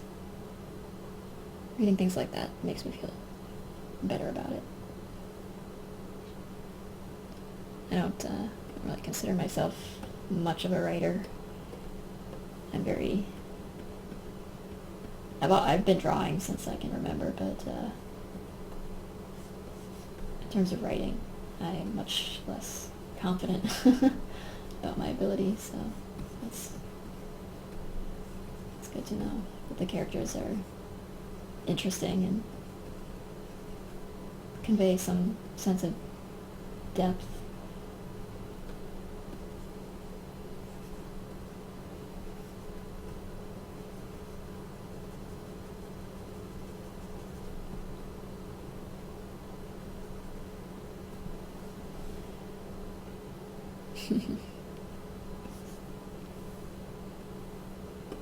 Alright. Any requests for, I'll do one more drawing and then wrap things up here if you guys want to see a specific character.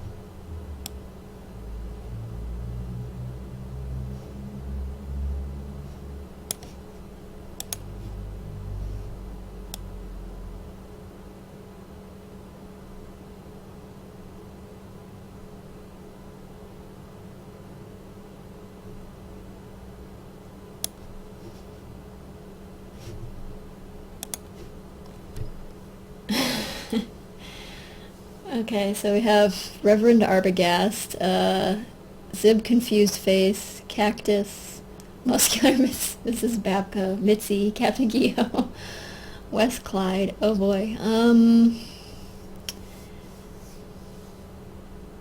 Little Mordecai. How about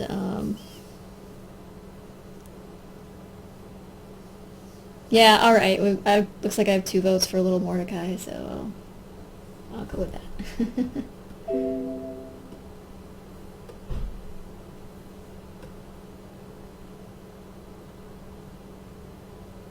We'll get some of the other ones in the next live stream.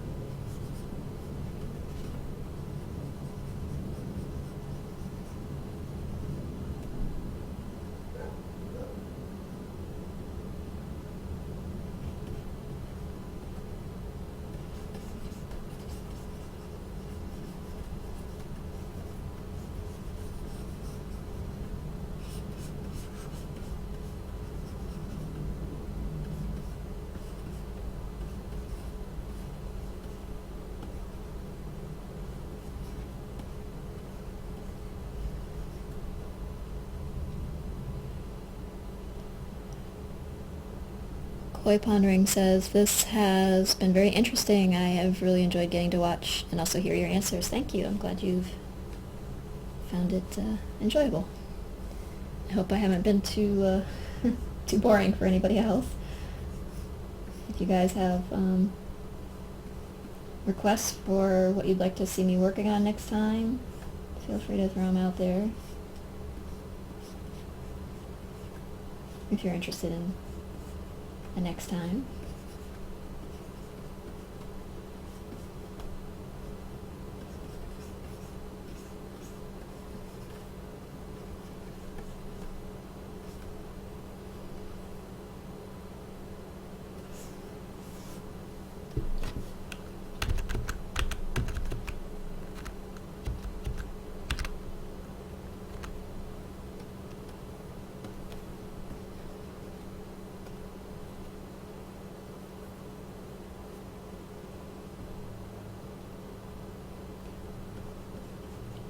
Oh, thank you guys.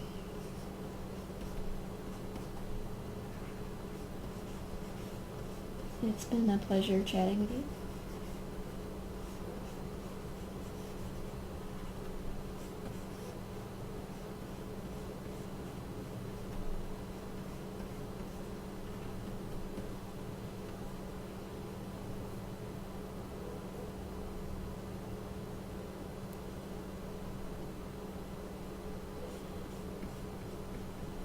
Rocky Rickaby 1995 asks, how do you think Freckle would react to first-person shooters? He would probably like them, not because he's I don't know, he has some frustrations he needs to work through, so I imagine he would probably do a lot of, in modern day, would do a lot of unwinding by playing those games and perhaps unintentionally get worked up in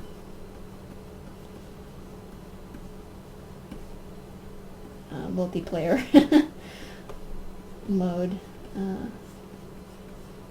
more worked up and angry than he perhaps ought to. But it would probably give him a healthier place to vent some of those issues he's got.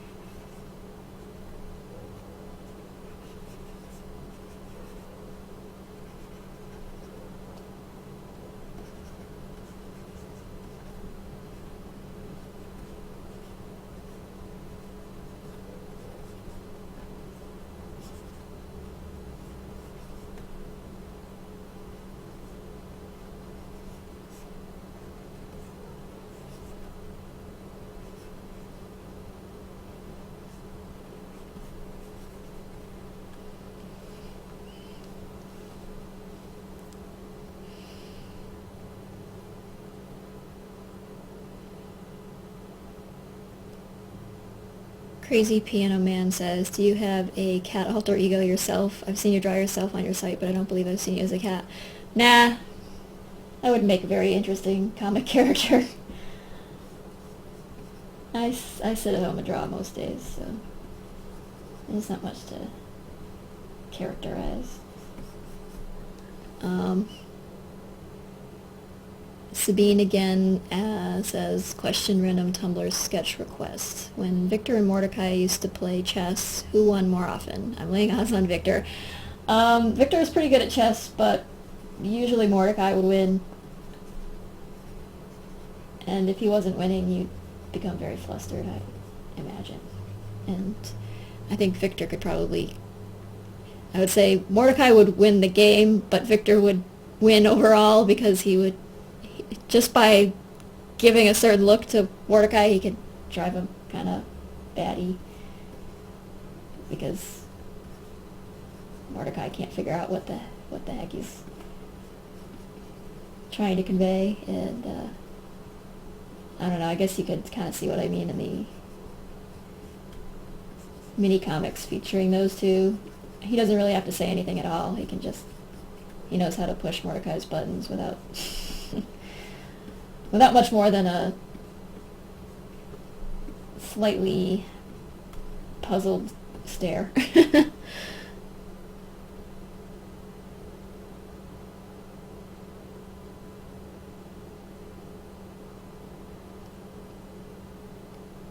Yeah, Mordecai seems the calm and calculating type. He's certainly the calculating type. I don't know that his calm is anything but a thin facade, though.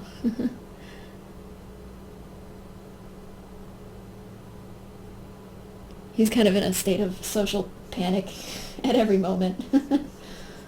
Honestly. He's surrounded by a bunch of creatures he does not understand.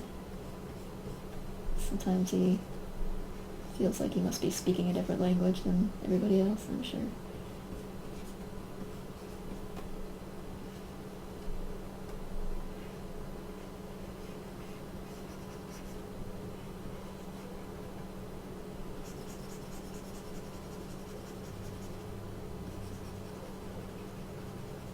And characters like Mitzi and Victor, to some extent, have been known to take slight advantage of it to their own amusement.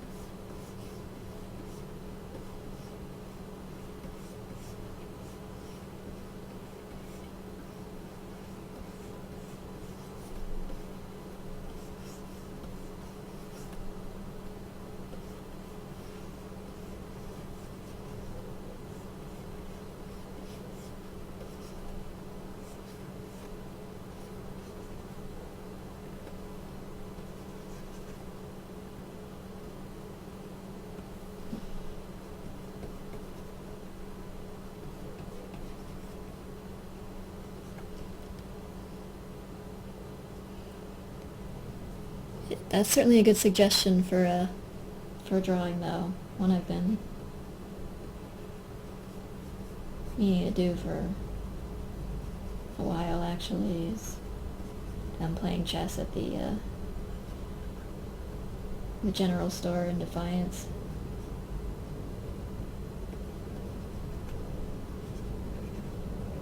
On some snowy evening.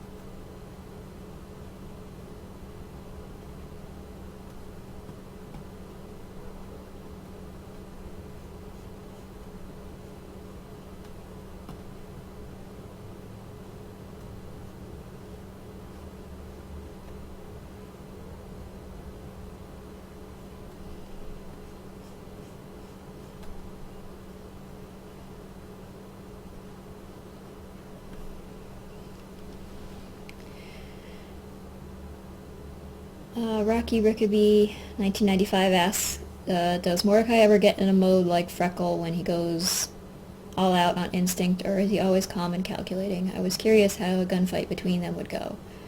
The first thing I posted on DA was a little doodle of a standoff between them.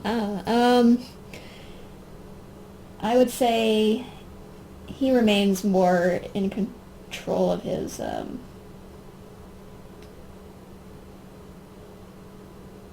higher brain function in a fight.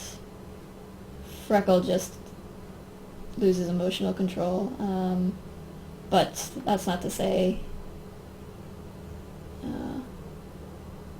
Mordecai doesn't also get a bit lost in his work, like the Savoys were poking fun at him for in the whole hatchet joke thing. He considers it work ethic, but I'm not sure that's exactly what it is.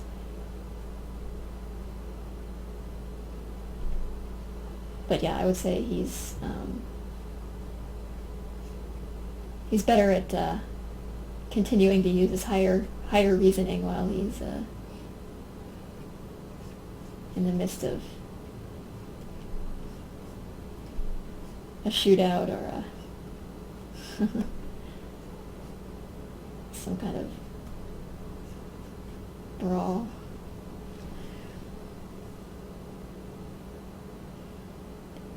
See you later, Foxy Beard. Thanks for joining us.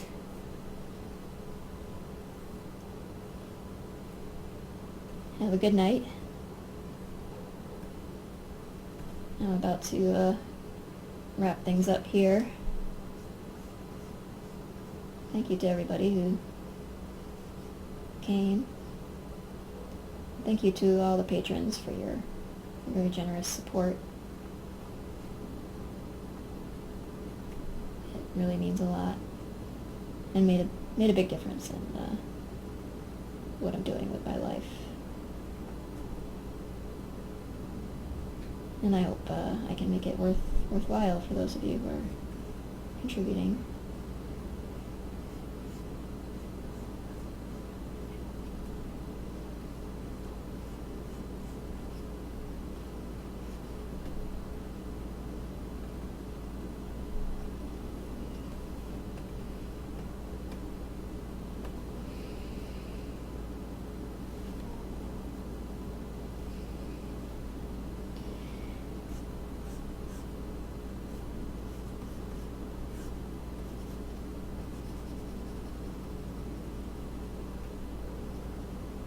Okay, well, I'm going to take these and polish them up some more, and once I've got a lot of those reward drawings done, I will post a bunch of them in the activity feed on Patreon, maybe on Tumblr too, we'll see. And so if you're interested in seeing these in a more complete state, I'll make them available.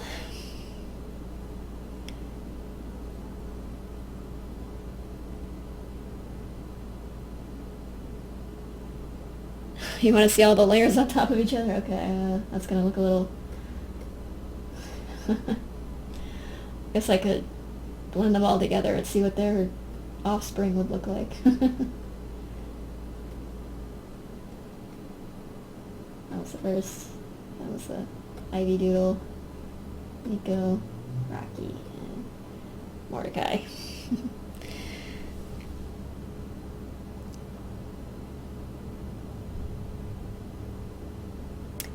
Have a good night, guys. Signing off. Thank you very much. Take it easy. We'll do this again sometime soon.